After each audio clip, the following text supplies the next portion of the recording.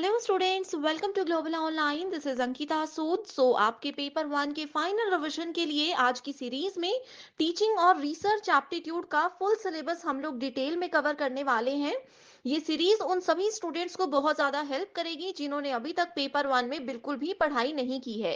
तो आज की सीरीज में पीवाईक्यूज को ध्यान में रखते हुए टीचिंग और रिसर्च के जितने भी इंपॉर्टेंट टॉपिक्स हैं उनको हम डिटेल में पढ़ेंगे। साथ ही स्टूडेंट्स, मैं आपको कुछ ऐसे इजी टिप्स और ट्रिक्स बताऊंगी जिसकी मदद से बहुत इजीली आप किसी भी कॉन्सेप्ट को इस कम समय में याद रख सकते हो। स्टूडेंट्स, पेपर वन में आप सबको हेल्प करने के लिए एक कंप्लीट कोर्स में लेकर आई हूँ जिसमें अगले 30 दिन के अंदर आपको रोज 2 से 3 लाइव लेक्चर्स के साथ पेपर से पहले 100% सिलेबस तो कवर करवाया ही जाएगा। साथ ही आपके रिवीजन के लिए full syllabus MCQs and PYQs भी दिए जाएंगे जिसमें कि आपको कुछ ऐसे ट्रिक्स बताऊंगी जिससे इजीली करेक्ट आंसर को पेपर में आइडेंटिफाई किया जा सकता है। फाइनल प्रिपरेशन के लिए अपडेटेड मॉक टेस्ट है and 5000 plus MCQ question bank है जो कि एक्सप्लेनेशन के साथ आपको मिलेगा। एंड यकीन रखिए कि इसमें से एज इट इज सवाल पेपर में आपको देखने को मिल सकते हैं। लिमिटेड पीरियड के लिए ये डिस्काउंट आपको दिया जा रहा है। इसके लिए आपको गिवन नंबर्स पर व्हाट्सएप के थ्रू कॉल या मैसेज करके पूरी जानकारी लेनी है। साथ ही स्टूडेंट्स, फ्री वीडियोस और मॉक टेस्ट के लिए ग्लोबल ऑनलाइन ऐप को डाउनलोड कीजिए। स्टोर सेक्शन पर सर्च बार में आपको लिखना है कोर्स का नाम। कंटेंट पर जाते ही आप देखोगे कि यूनिट वाइज फोल्डर्स हैं जिससे कि आप कभी भी किसी भी यूनिट से अपनी रिवीजन को स्टार्ट कर सकते हो। आपके स्टेट के अलावा अदर स्टेट्स के पीवाईक्यूज भी हम आपको देते हैं प्रैक्टिस के लिए, ताकि आपको अपकमिंग एग्जामिनेशन के लिए एक आइडिया मिल जाए कि किस लेवल के सवाल पूछे जा रहे हैं। तो ये एक ऐसा कोर्स है जो डेफिनेटली स्टूडेंट्स आपको एग्जाम क्वालिफाई करने में हेल्प करेगा।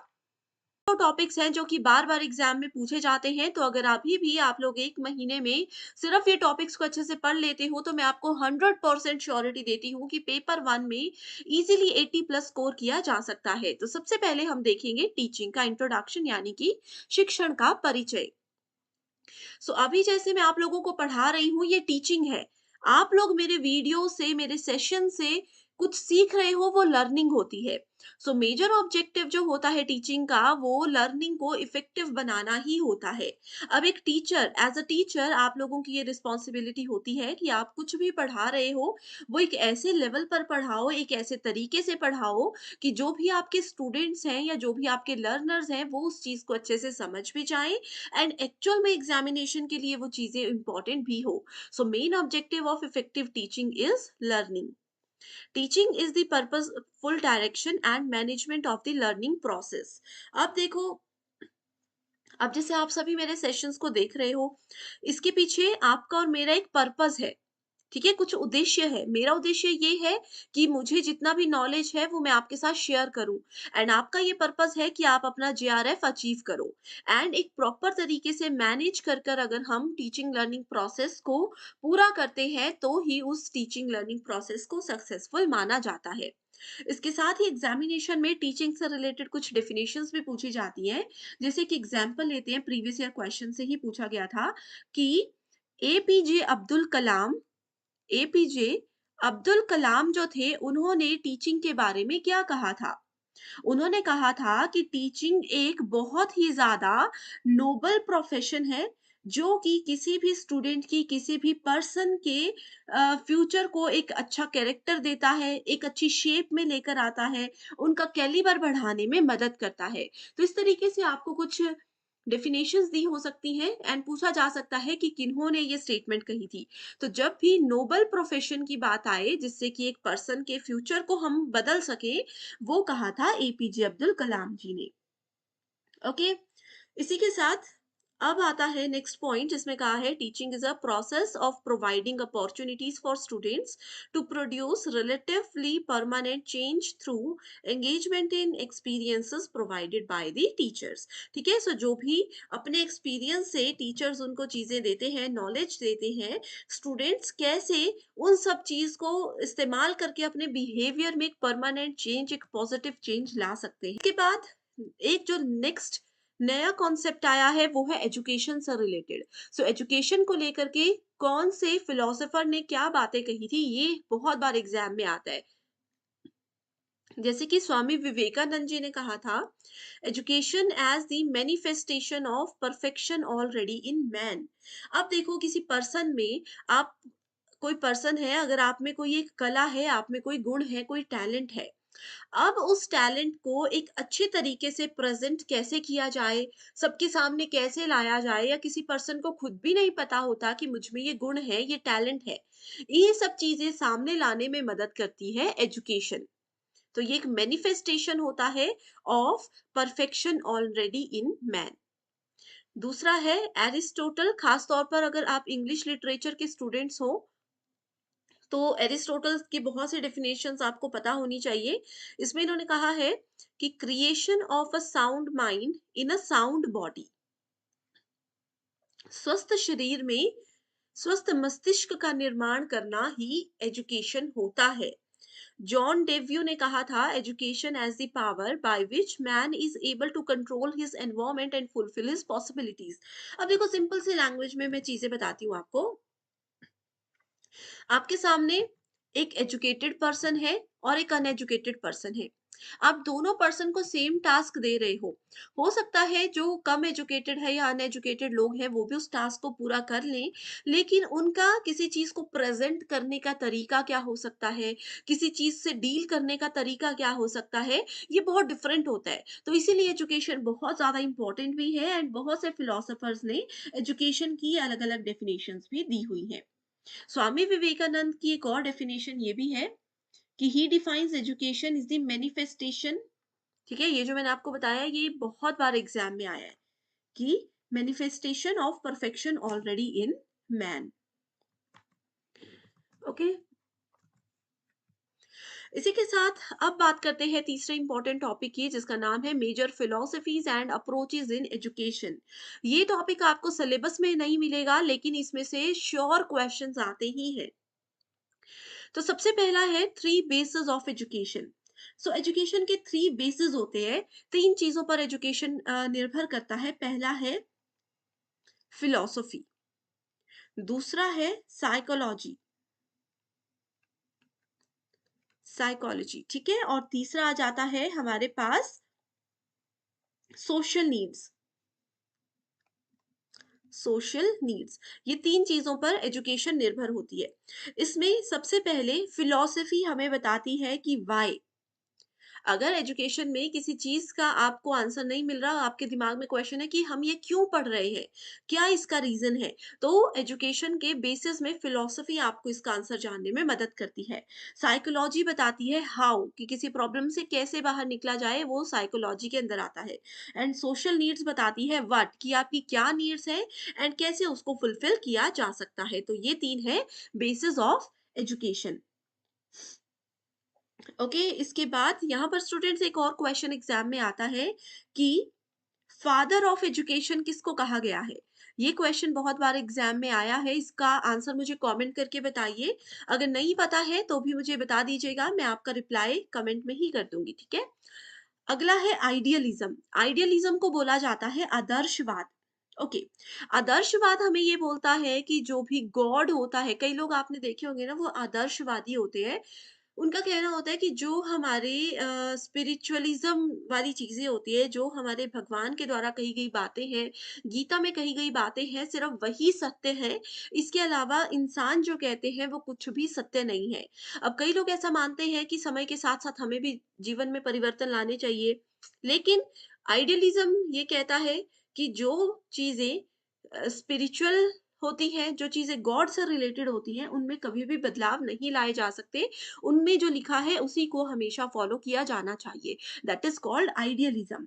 इसकी एक बेसिक टर्म है, वो है माइंड एंड सेल्फ। तो यहाँ पर जो भी आपको ये टर्म नजर आती है, जहां पर भी ये टर्म आपको नजर आती है, आपने डायरेक्टली आइडियलिज्म को ही करेक्ट आंसर आइडेंटिफाई कर लेना है, ठीक है। इसमें कहा है कि जो भी चीजें इस संसार में बनाई गई हैं, भगवान के द्वारा ही बनाई गई है। असली नॉलेज जो होता है इंसान का, वो उसके माइंड से ही उसको मिलता है।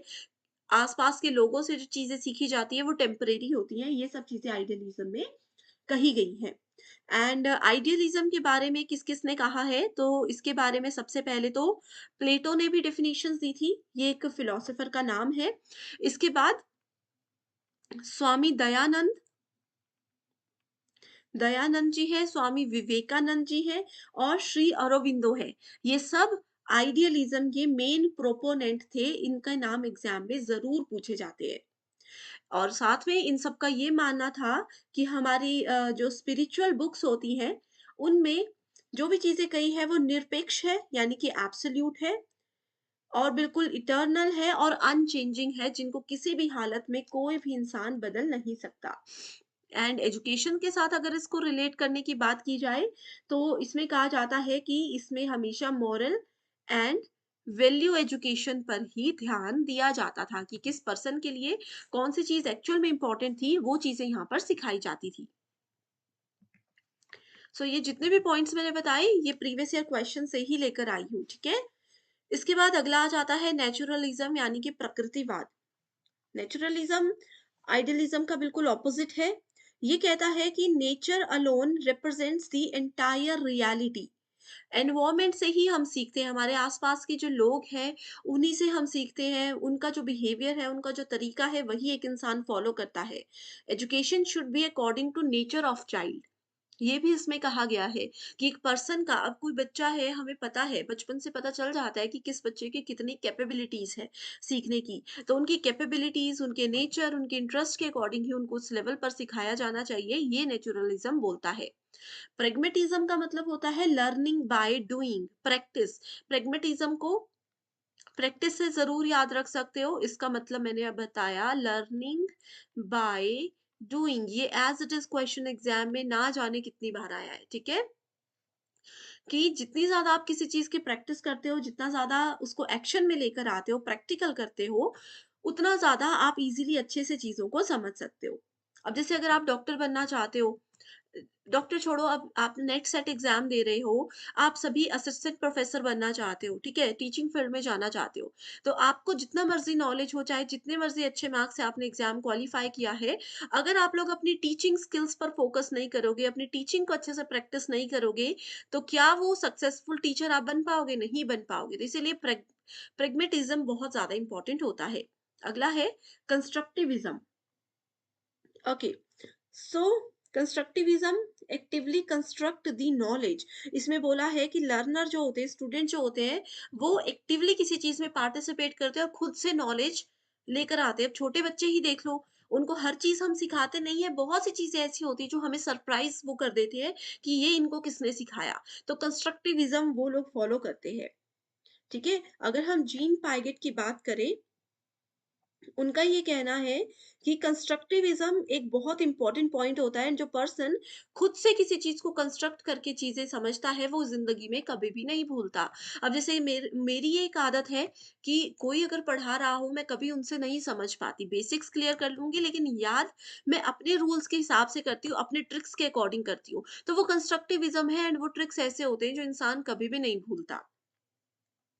अगला है ह्यूमैनिज्म। ओके, ह्यूमैनिज्म बोलता है ह्यूमन लाइफ और उनके गोल्स जो होते हैं, उससे रिलेटेड यहाँ पर बात की जाती है। अब हर एक पर्सन है, सबके अलग अलग रूल्स है, सबके अलग अलग गोल्स है, तो वो ह्यूमैनिज्म के अंदर आता है, ठीक है। ये पूरी तरह से निर्भर करता है सेल्फ एक्चुअलाइजेशन पर।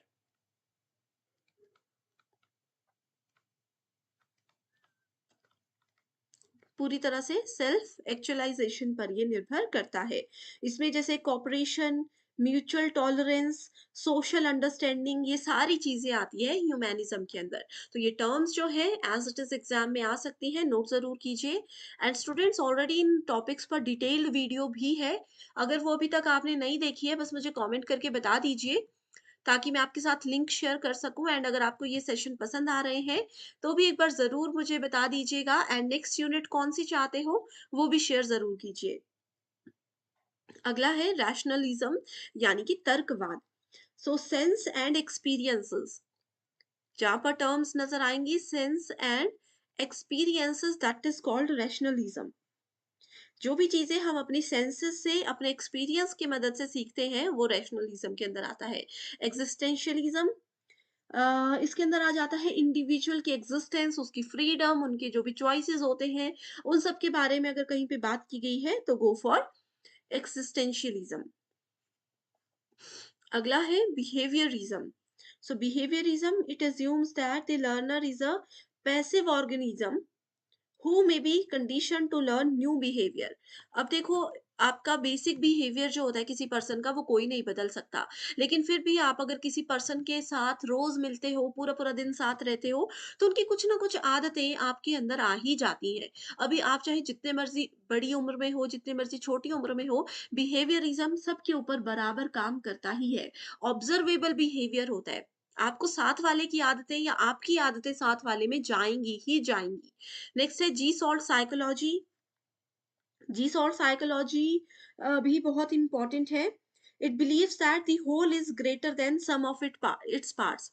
कि छोटी छोटी चीजें जो है उनको मिला करके भी हम वो नहीं बना सकते जो एक बड़ी चीज हमें देती है, एक बड़ा नॉलेज जो हमें देता है। ओके, सो ये 10 इंपॉर्टेंट फिलोसफीज थी जो कि एग्जाम में बार बार पूछी गई है। एजुकेशन से रिलेटेड कुछ टर्म्स हैं, बहुत ज़्यादा इंपॉर्टेंट है, जून 2023 के एग्जाम में एज इट इज़ आई थी। इसमें कहा था जैसे कि basic education, Wardha education system किसने इंट्रोड्यूस किया था? महात्मा गांधी जी ने। Learning to take place in nature and from nature, जैसे मैंने नेचुरलिज्म हमने पढ़ा, है ना, वही चीज है। वो किसने दिया है? रविंद्रनाथ टैगोर ने ये स्टेटमेंट दी है नेचुरलिज्म के बारे में। रविंद्रनाथ टैगोर ने हमें बताया है इंटीग्रल एजुकेशन।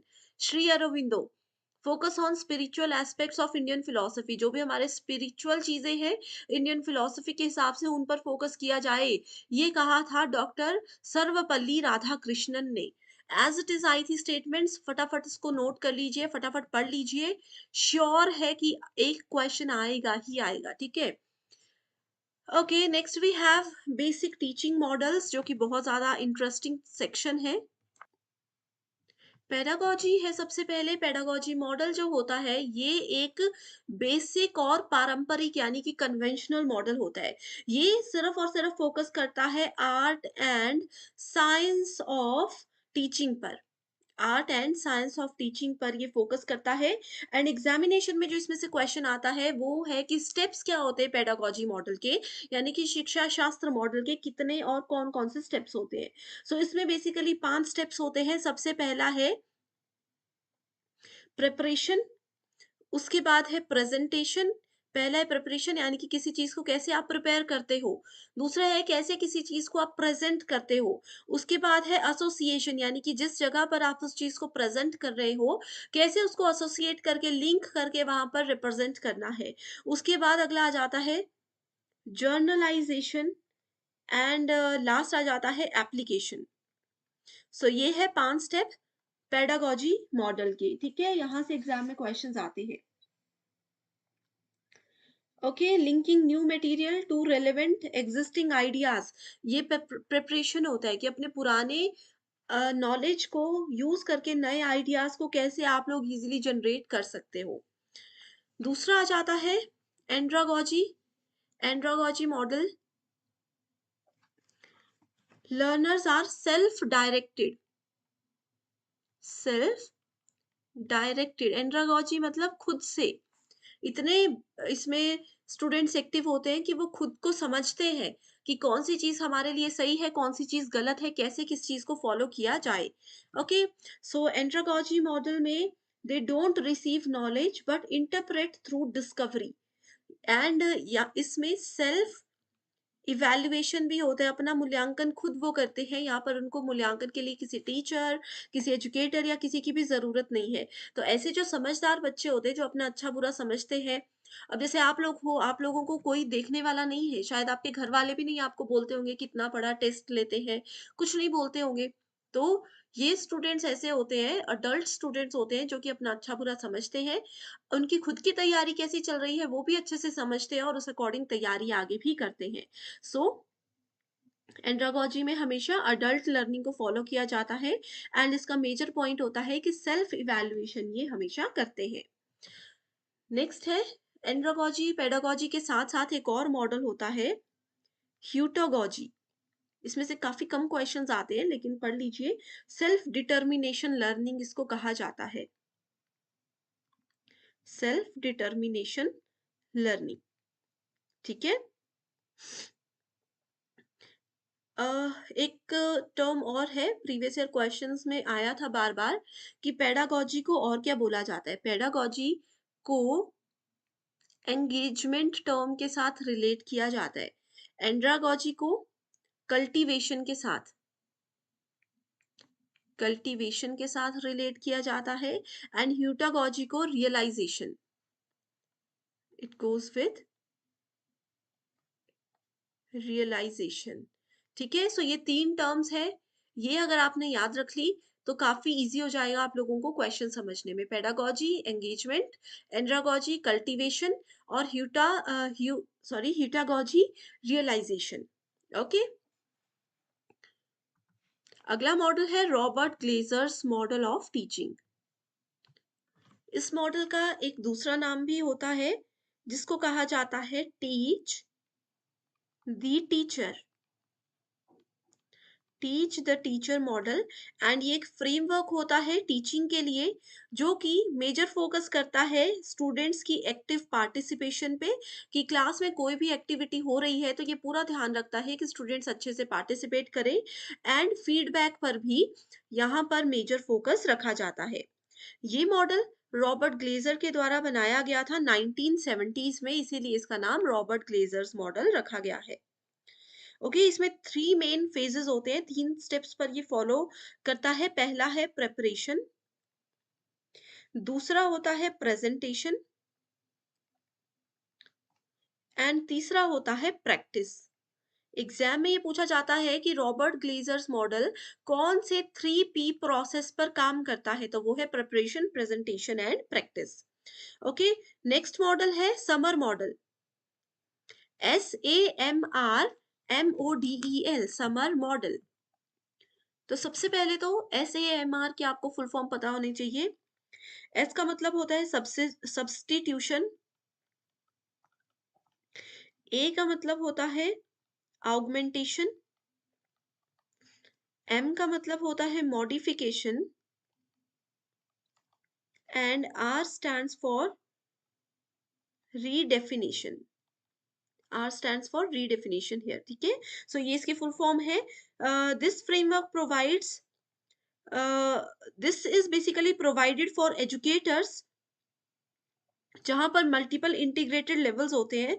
एंड ये चीज का ध्यान रखा जाता है कि जितने भी इंटीग्रेटेड लेवल्स होते हैं इन पर अच्छे से क्लासरूम में फोकस किया जाए। ठीक है, सो एग्जाम में सिर्फ इसकी फुल फॉर्म ही पहले पूछी जा सकती है, इससे ज्यादा कुछ नहीं पूछा जाता। सब्स्टिट्यूशन में बेसिकली फोकस किया जाता है कि यहाँ पर कैसे हम लोग टेक्नोलॉजी का यूज करें। Technology here acts as a direct tool substitute with no functional change, जैसे कि गूगल अर्थ, ये सब चीजों को हम यूज करते हैं। ऑगमेंटेशन होता है, यहाँ पर टेक्नोलॉजी का यूज किया जाता है एज डायरेक्ट टूल सब्स्टिट्यूट। ठीक है, ये होता है डायरेक्ट टूल सब्स्टिट्यूट, यहाँ पर भी डायरेक्ट टूल सब्स्टिट्यूट के रूप में यूज किया जाता है, स्पेशली फॉर फंक्शनल इम्प्रूवमेंट्स। उसके बाद आता है मॉडिफिकेशन, यहाँ पर टेक्नोलॉजी को अलाउ किया जाता है फॉर टास्क रीडिजाइन, किसी भी टास्क को वापस चेंज करना चाहते हैं, रीडिजाइन करना चाहते हैं तो मॉडिफिकेशन यूज होता है। एंड रीडेफिनेशन हमें कहता है कि इस केस में, इस स्टेप में टेक्नोलॉजी को हम परमिशन देते हैं for the creation of new task, and previously in incompleted task को भी कंप्लीट किया जाता है और न्यू टास्क को भी यहाँ पर क्रिएट किया जाता है। ओके, इसके अगला मॉडल है मेरिल्स प्रिंसिपल ऑफ इंस्ट्रक्शन। सो ये जो टास्क होता है, सॉरी, ये जो प्रिंसिपल हो, इसके अंदर 5 चीजें आ जाती है। ठीक है, सबसे पहला है कि ये टास्क सेंटर्ड होता है, टास्क सेंटर्ड रहता है। इसके बाद इसमें एक्टिवेशन आता है, उसके बाद आ जाता है demonstration, then we have application and integration.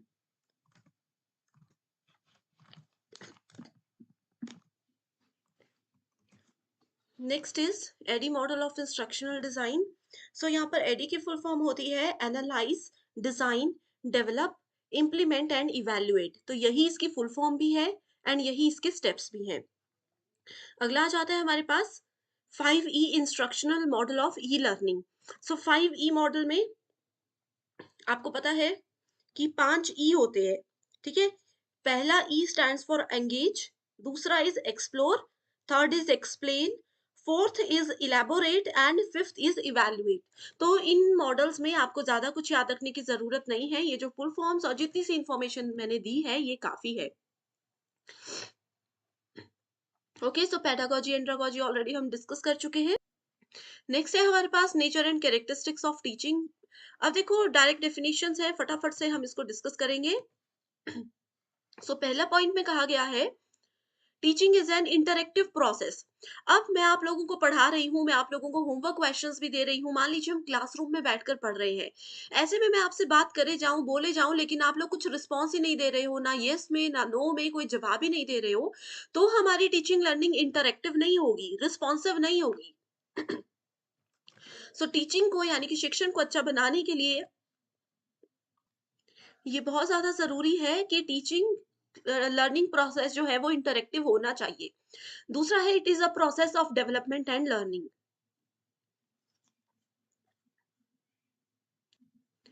अब ऐसे में क्या हो रहा है, मैं आप लोगों को कुछ पढ़ा रही हूँ, टीचिंग चल रही है, आप लोगों की डेवलपमेंट भी हो रही है, कुछ नया भी सीख रहे हो और लर्न भी कर रहे हो। Next point is teaching causes a change in behaviour. अब मैं आपको कुछ पढ़ा रही हूँ, ऐसा नहीं है कि आप एकदम से ही एक क्लास के बाद ही बिहेवियर चेंज हो जाएगा, लेकिन अगर अगर अच्छी टीचिंग आपके साथ हो रही है, आप एक अच्छे लर्नर हो, अच्छे से चीजों को समझ रहे हो, तो आपके बिहेवियर में चेंज होना भी निश्चित है। एक पॉजिटिव चेंज की यहाँ पर बात हो रही है। टीचिंग एक कला है, साथ ही एक विज्ञान भी है। अब किसी पर्सन को नॉलेज बहुत ज्यादा है लेकिन वो अपनी बात प्रेजेंट नहीं कर पा रहा, वो अपना नॉलेज बच्चों के साथ शेयर करके उनको चीजें नहीं समझा पा रहे, तो इसका मतलब है कि वो टीचिंग बेस्ट नहीं है, क्योंकि उनके पास टीचिंग का आर्ट नहीं है। और साइंस इसमें ये कहता है कि किस लेवल के स्टूडेंट्स को आप क्या पढ़ा रहे हो, वो बहुत ज्यादा इंपॉर्टेंट है। अगर छोटे बच्चों को मैं इतनी फास्ट, इतनी ज्यादा जल्दी जल्दी कुछ चीजें पढ़ाऊं, तो वो समझ पाएंगे? नहीं समझ पाएंगे। ठीक है, एंड आप लोगों को इतने बड़े जो यूजीसी नेट और सेट एग्जाम की तैयारी कर रहे स्टूडेंट्स हैं, आप लोगों को अगर मैं बिल्कुल छोटे बच्चों की तरह एक-एक चीज़ बोर्ड पे लिख कर पढ़ाऊँ, तो वो भी एक गलत तरीका हो जाएगा पढ़ाने का। सो इसीलिए टीचिंग को आर्ट और साइंस कहा गया है। फेस टू फेस एनकाउंटर है, लेकिन यहाँ पर क्योंकि ऑनलाइन क्लासेस चल रही है, तो ये वाला पॉइंट सब जगह अभी एप्लीकेबल नहीं होता। Teaching is observable, measurable and modifiable skilled occupation. किसी पर्सन के पास टीचिंग का स्किल होना बहुत ज़रूरी है। कैसे बात प्रेज़ेंट करनी है, कई लोगों को शौक भी होता है, नॉलेज भी होता है, टीचिंग स्किल्स भी होती है, लेकिन और भी बहुत सी चीजें हो जाती हैं, स्किल्ड ऑक्यूपेशन यानी कि और भी चीजें हो जाती है कि वो अपनी बात प्रेजेंट नहीं कर पाते। तो इसीलिए एक स्किल्ड पर्सन ही एक टीचर बन सकते हैं। Teaching is both a conscious and N unconscious process. Memory level से रिफ्लेक्टिव लेवल पर काम करता है, ये हम अभी आगे डिस्कस करेंगे डिटेल में। टीचिंग के साथ साथ कुछ चीजें और होती है, training, conditioning, instruction and indoctrination. ये टॉपिक में से पहले क्वेश्चंस आते थे, अभी नहीं आते, तो इसको आप इग्नोर कर सकते हो। सो लेवल होते हैं टीचिंग के 3। ठीक है, स्मृति स्तर का शिक्षण जिसको मेमोरी लेवल ऑफ टीचिंग बोला जाता है। दूसरा है बोध स्तर का शिक्षण जिसको कि अंडरस्टैंडिंग लेवल ऑफ टीचिंग कहा जाता है। और अगला है चिंतन जिसको कि रिफ्लेक्टिव लेवल ऑफ टीचिंग कहा जाता है। सो ये 3 लेवल्स बहुत इंपॉर्टेंट होते हैं। अब देखो, इस टेबल को याद रख लो, सारे क्वेश्चंस इजीली सॉल्व हो जाएंगे। सो मेमोरी लेवल सबसे लोवेस्ट लेवल होता है, सबसे छोटा लेवल होता है, जिससे छोटे बच्चों को रोट लर्निंग करवाई जाती है, रट्टा मार कर चीजें पढ़ाई जाती हैं। That is taken under memory level. तो ये हार्वर्ड के द्वारा प्रेजेंट किया गया था। रोट लर्निंग होती है, अब बच्चे को हम बोलेंगे ए फॉर एप्पल, तो वो रट्टा मारकर ए फॉर एप्पल याद रख लेंगे, उनको शायद पता भी नहीं होगा कि एप्पल होता क्या है, क्या उसका यूज है, तो वो थॉटलेस होती है। ओरल और रिटन टेस्ट इसमें लिए जाते हैं, लोअर क्लासेस में होते हैं, टीचर सेंटर्ड होते हैं, जो टीचर पढ़ाना चाहे, जैसे टीचर पढ़ाना चाहे, क्योंकि बच्चे को इस लेवल पर कुछ भी पता नहीं होता है। Next is understanding level of teacher teaching, ये मिडिल लेवल होता है टीचिंग का, जिसको कि मॉरिसन के द्वारा प्रेजेंट किया गया था। ये थॉटफुल होता है, mastery of subjects by developing understanding.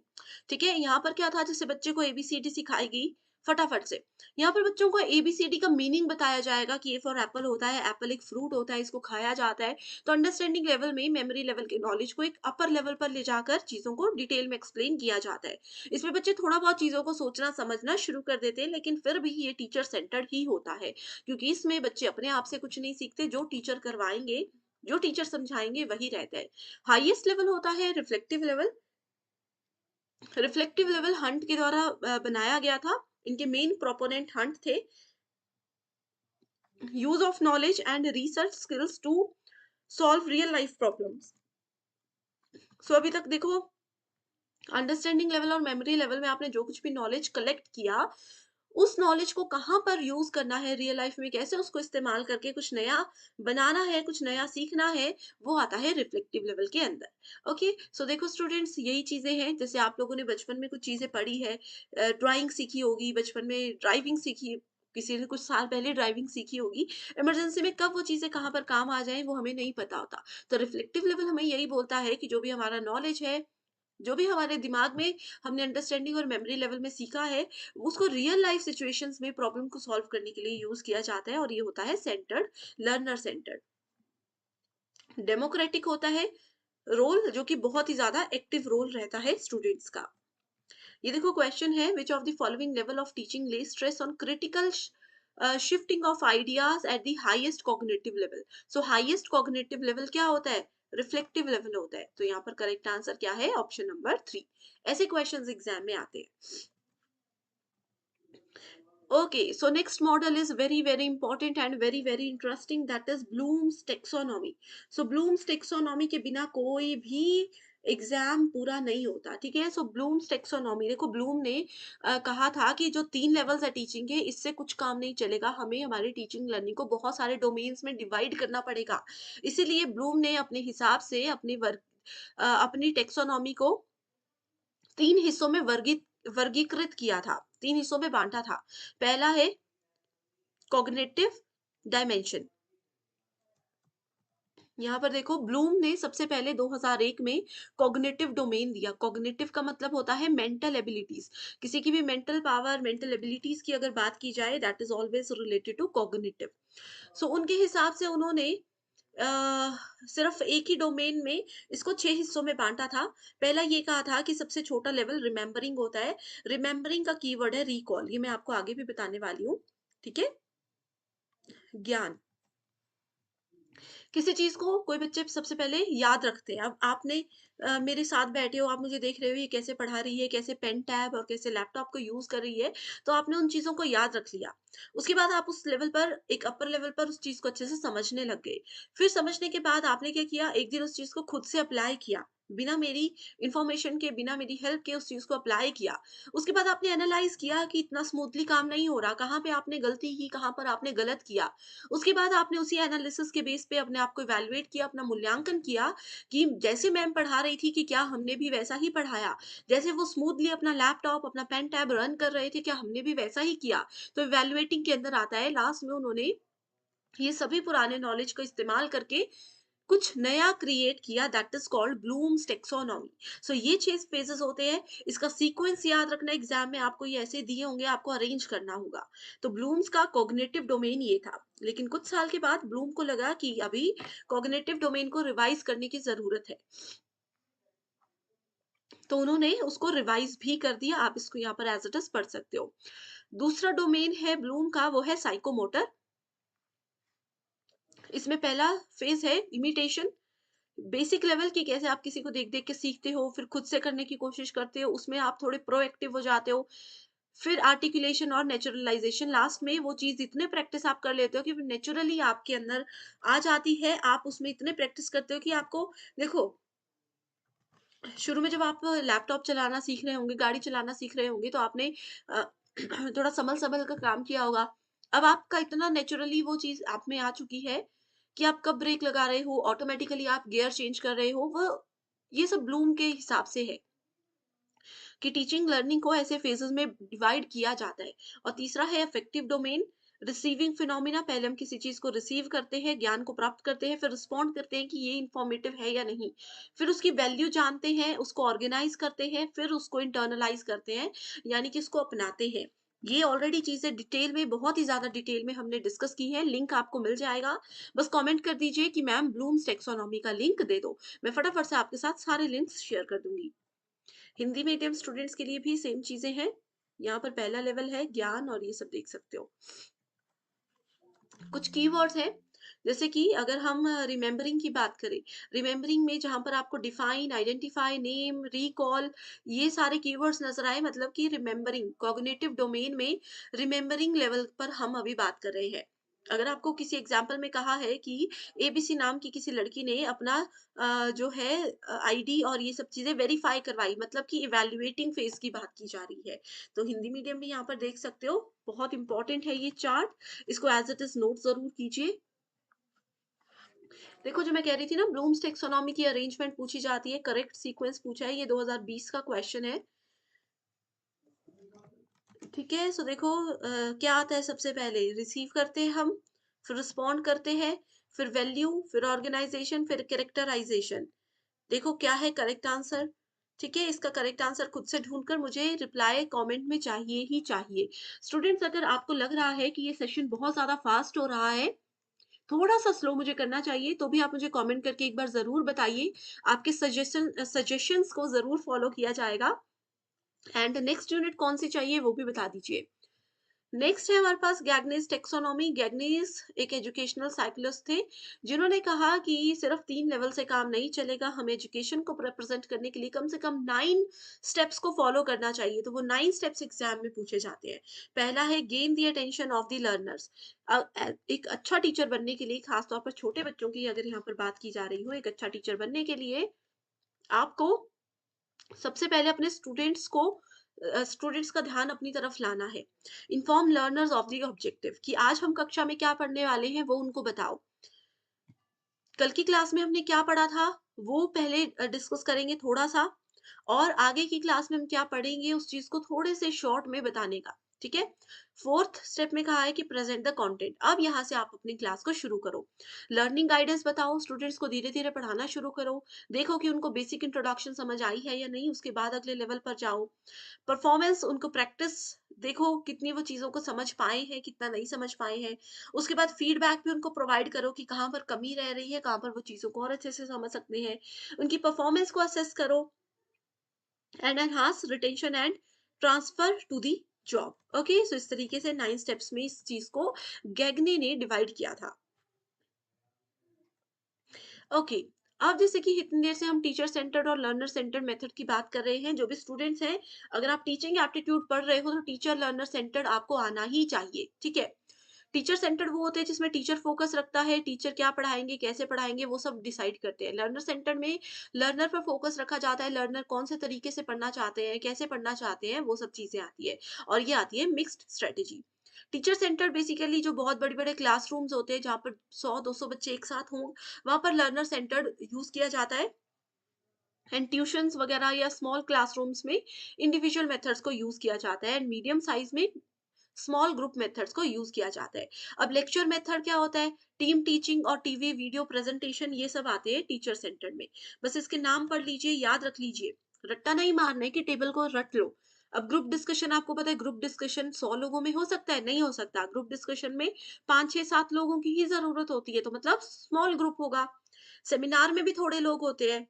ठीक है, तो ऐसे होगा लेक्चर। अब 2 लोगों को आप पढ़ा रहे हो, वो लेक्चर नहीं होता, वो ट्यूशन की कैटेगरी में आ जाता है, ट्यूटोरियल्स की कैटेगरी में आ जाता है। ठीक है, 2 लोगों को पढ़ा रहे हो, वो ग्रुप डिस्कशन भी नहीं हो सकता, तो दिखती सी बात है कि लार्ज ग्रुप मेथड यानी कि टीचर सेंटर स्ट्रेटेजी ही होगी। ठीक है, तो इस तरीके से आप लोग, जैसे प्रोजेक्ट दिए जाते हैं, हर एक बच्चे को इंडिविजुअल प्रोजेक्ट दिए जाते हैं ना, तो दिखती सी बात है कि ये लर्नर सेंटर्ड ही होगा, बच्चा अपने अकॉर्डिंग करेगा। असाइनमेंट हर एक बच्चा अपनी खुद बनाता है, तो इसीलिए ये लर्नर सेंटर स्ट्रेटेजी है। तो अच्छे से एक एक पॉइंट को पढ़िए, वीडियो को पॉज करके देखिए, तभी आपको चीजें क्लियर हो जाएंगी। ओके, पुराना तरीका होता है, पारंपरिक तरीका होता है शिक्षण, उसको टीचर सेंटर कहते हैं। इसमें टीचर एक्टिव होते हैं, लेकिन बच्चे ऐसे हैं कि बस बैठे हैं, सुन रहे हैं, पढ़ रहे हैं, टीचर को कोई मतलब नहीं होते। टीचर आते हैं, क्लास में पढ़ाते हैं और चले जाते हैं। ना वो स्टूडेंट से पूछेंगे समझ आया नहीं, ना वो स्टूडेंट्स को पूछेंगे इंटरेस्ट है क्लास में या नहीं। फ्लेक्सिबिलिटी नहीं होती, स्टूडेंट्स में भी इतनी पावर नहीं होती कि वो बच्चों को पूछ सके। कोई ग्रुप एक्टिविटी नहीं है, एक टीचर है, क्लास में आ रहे हैं, पढ़ा रहे हैं और चले जा रहे हैं। पारंपरिक तरीका, वन वे कम्युनिकेशन, क्योंकि यहाँ पर सिर्फ टीचर बोलते हैं, स्टूडेंट्स नहीं। लेक्चर, टीम टीचिंग, ये सब इसके अंदर आता है। लर्नर सेंटर मेथड मॉडर्न होता है, जिसमें स्टूडेंट्स बहुत एक्टिव होते हैं। आजकल के स्टूडेंट्स इतने एक्टिव है कि अगर आपको उनको टीचर का पढ़ाने का तरीका समझ नहीं आ रहा, तो वो सामने से भी पूछ लेते हैं कि अपना तरीका थोड़ा सा चेंज कीजिए, या टीचर्स भी उनको सामने से पूछते हैं कि कोई दिक्कत है मेरे पढ़ाने के तरीके में, मेरी स्पीड में, तो आप बता सकते हो। जैसे मैं आपसे पूछ रही हूँ कि अगर किसी स्टूडेंट को लग रहा है कि सेशन बहुत ज़्यादा फास्ट जा रहा है, वैसे तो ये रिविज़न सेशन है, इसकी स्पीड इतनी ही होनी चाहिए क्योंकि 60 मिनट्स में आपको रिविज़न करना है, एग्ज़ाम से पहले हेल्प रहेगी, तो इसीलिए ये चीज़ें बहुत इम्पोर्टेंट है। Learner centered teaching means, it means what? It means learners are given an opportunity to construct knowledge and teacher is a guide in the learning process. Learner centered में टीचर उनकी help नहीं करते, पूरा काम करके नहीं देते, सिर्फ गाइड कर सकते हैं। जैसे आप लोग अगर पीएचडी करने जाओगे, रिसर्च आपको खुद करनी है, सिर्फ आपके जो टीचर हैं वो आपको गाइड करेंगे, थोड़ा थोड़ा आपको बताएंगे कि कहाँ पर चीजों पर ध्यान देना है। ओके, सो यहाँ पर भी आप लोग देख सकते हो एक और क्वेश्चन है इसी के बेस पर, ये भी प्रीवियस ईयर क्वेश्चन है। Learner centred approach is not centred on teacher needs. Teacher की नीड्स के हिसाब से ये होता है, इसमें बोला नॉट सेंटर्ड, तो ये बिल्कुल सही है। The learner centred approach revolves around collaboratively determining the subject matter, बिल्कुल सही है, बिल्कुल बेसिक क्वेश्चन है। नेक्स्ट है ऑनलाइन एजुकेशनल पोर्टल्स, जिसमें सबसे पहले आता है स्वयं। तो स्वयं क्या है? स्वयं में नॉन गवर्नमेंटल ऑर्गेनाइजेशन है, डिजिटल प्रोग्राम है, प्रिंसिपल ऑफ एजुकेशन को फुलफिल करने के लिए ऑनलाइन प्लेटफॉर्म है, या किसी वेबसाइट का नेम है। तो क्या है स्वयं? मुझे कमेंट करके बताइए। ओके, स्वयं देखो एक ऑनलाइन प्लेटफॉर्म है जो कि स्टूडेंट्स के लिए फ्री एजुकेशनल प्रोग्राम्स देता है। बहुत से, देखो इसका टैगलाइन ही है शिक्षित भारत उन्नत भारत। ओके, सो स्वयं की फुल फॉर्म एग्जाम में पूछी जाती है, जो कि है study webs of active learning for young aspiring minds. ठीक है, तो ये है स्वयं का फुल फॉर्म। इसमें जितने भी स्टूडेंट्स हैं वो किसी भी कोर्स के लिए बिल्कुल फ्री में एनरोल हो सकते हैं। बेस्ट ऑनलाइन टीचिंग प्लेटफॉर्म के लिए इसको बनाया गया है। करंटली अगर यहाँ पर हम 2023 के शुरुआती दिनों की बात करें, तो यहाँ पर ना जाने कितने लाख बच्चे एनरोल ऑलरेडी हो चुके हैं। आप इंडियन हो, इंडिया से बाहर रहते हो, कहीं भी रहते हो, आप इसमें एनरोल हो सकते हो। स्वयं बेसिकली 4 क्वाड्रेंट्स पर काम करता है। पहला क्वाड्रेंट है वीडियो, इसमें आपको वीडियो लेक्चर्स मिल जाएँगे। दूसरे इसमें आपको कंटेंट मिल जाएगा, ई कंटेंट, जिसको आप बाद में चाहे तो प्रिंट भी करवा सकते हो। सेल्फ असेसमेंट यहाँ पर आपको मिल जाती है, यानी कि कोई भी टेस्ट अगर आप देते हो, तो आप उसके बाद उसमें असेसमेंट कर सकते हो, कितना स्कोर किया है, कहाँ पर गलती हुई है, एंड इसके बाद साथ ही ऑनलाइन डिस्कशन का सेक्शन भी यहाँ पर आपको दिया जाता है। तो ये है स्वयं। इसके बाद अगला टॉपिक है स्वयं प्रभा। स्वयं प्रभा को 19 अक्टूबर 2020 में लॉन्च किया गया था। ये डीटीएच डिश है, डिश आप लोगों के घर में होती है, टीवी सब लोग देखते हैं। ये टोटल 34 चैनल्स आपको प्रोवाइड करवाता है, direct to home channels. High quality educational programmes हैं जो कि 24/7 रन करते हैं। एग्जाम में ये पूछा जाता है कि कौन सा सैटेलाइट स्वयं प्रभा के लिए रिस्पॉन्सिबल है, तो जी सैट 15 यानी कि जियो स्टेशनरी सैटेलाइट 15 जो है इसके लिए रिस्पॉन्सिबल होता है। स्टूडेंट्स में यही कंफ्यूजन रहता है कि 32 चैनल्स हैं या 34, तो ओवरऑल 34 चैनल्स हैं। एंड स्टूडेंट्स, क्योंकि ये 2020 में लॉन्च किए गए हैं सारे पोर्टल्स, तभी से सिलेबस में भी ऐड किए गए हैं। अगर आप लोगों को इससे रिलेटेड करंट अफेयर्स चाहिए, लेटेस्ट डेटा जो है स्वयं प्रभा और स्वयं से रिलेटेड वो नहीं पता, तो मैं आपको बता दूंगी। स्वयं प्रभा की सबसे खास बात ये है कि इसमें अगर आप लोग चाहो तो मॉर्निंग में वो सेशंस देख लो, इवनिंग में देख लो, आफ्टरनून में देख लो, नाइट में देख लो। 34 डीटीएच चैनल्स है जिसमें वही चीजें रिपीट होती रहती है। आईआईटी की जो टीचर्स है उन्हीं की यहाँ पर रिकॉर्डेड सेशंस होते हैं। जैसे आज का एक सेशन है, वो हर 4-5 घंटे के बाद रिपीट होगा, ताकि स्टूडेंट अपने समय और सहूलियत के हिसाब से उसको फॉलो कर सके। चैनल के नाम अब तो नहीं पूछे जाते, लेकिन पहले पूछे जाते थे। अगर समय है तो पढ़ सकते हो। जैसे इसमें चैनल नंबर 1 है वागीज, चैनल नंबर 2 है संस्कृति, चैनल नंबर 3 है प्रबोध।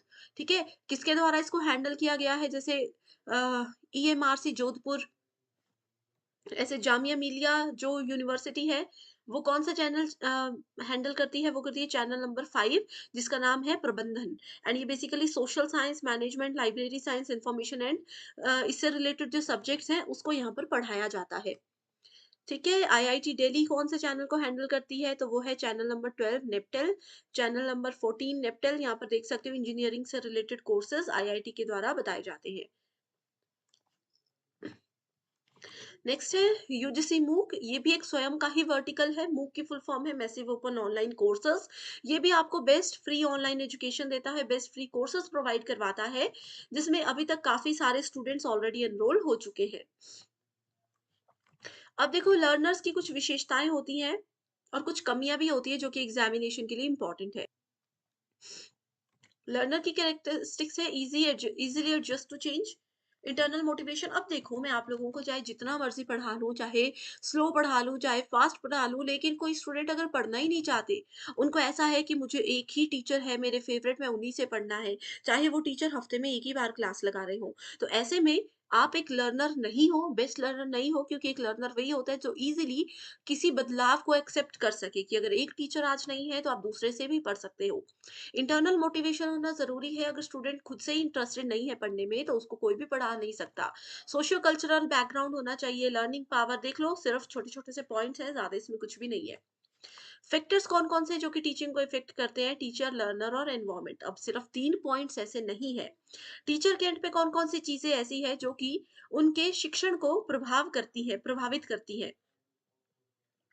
जैसे मान लीजिए, मैं एक टीचर हूँ, मान लो कि मुझे बेसिक नॉलेज ही नहीं है, मुझे ये भी नहीं पता कि यूजीसी नेट एग्जाम क्या है, क्या इससे बनते हैं, क्या इसके फायदे हैं, क्या इसका सिलेबस है। तो सबसे पहला फैक्टर यही हो जाएगा हमारी टीचिंग को अफेक्ट करने में। कि बच्चे मेरे पास आ गए, उनको पता है, अब मैं उनको बता ही नहीं पा रही हूँ, मुझे नॉलेज ही नहीं है, ना मुझे टॉपिक का नॉलेज है, ना मुझे सब्जेक्ट का नॉलेज है, ना मुझे सिलेबस का नॉलेज है। तो ये एक ऐसा फैक्टर हो गया, एक ऐसा कारक हो गया जो कि मेरे शिक्षण को प्रभावित कर सकता है। लर्नर के पॉइंट ऑफ व्यू से ये हो सकता है कि लर्नर इंटरेस्टेड ही नहीं है। कोई स्टूडेंट ऐसा है जो कि पायलट बनना चाहते थे, लेकिन उनके पेरेंट्स को शौक था कि हमारा बच्चा असिस्टेंट प्रोफेसर बने, और वो जबरदस्ती से एग्जाम में आ गए।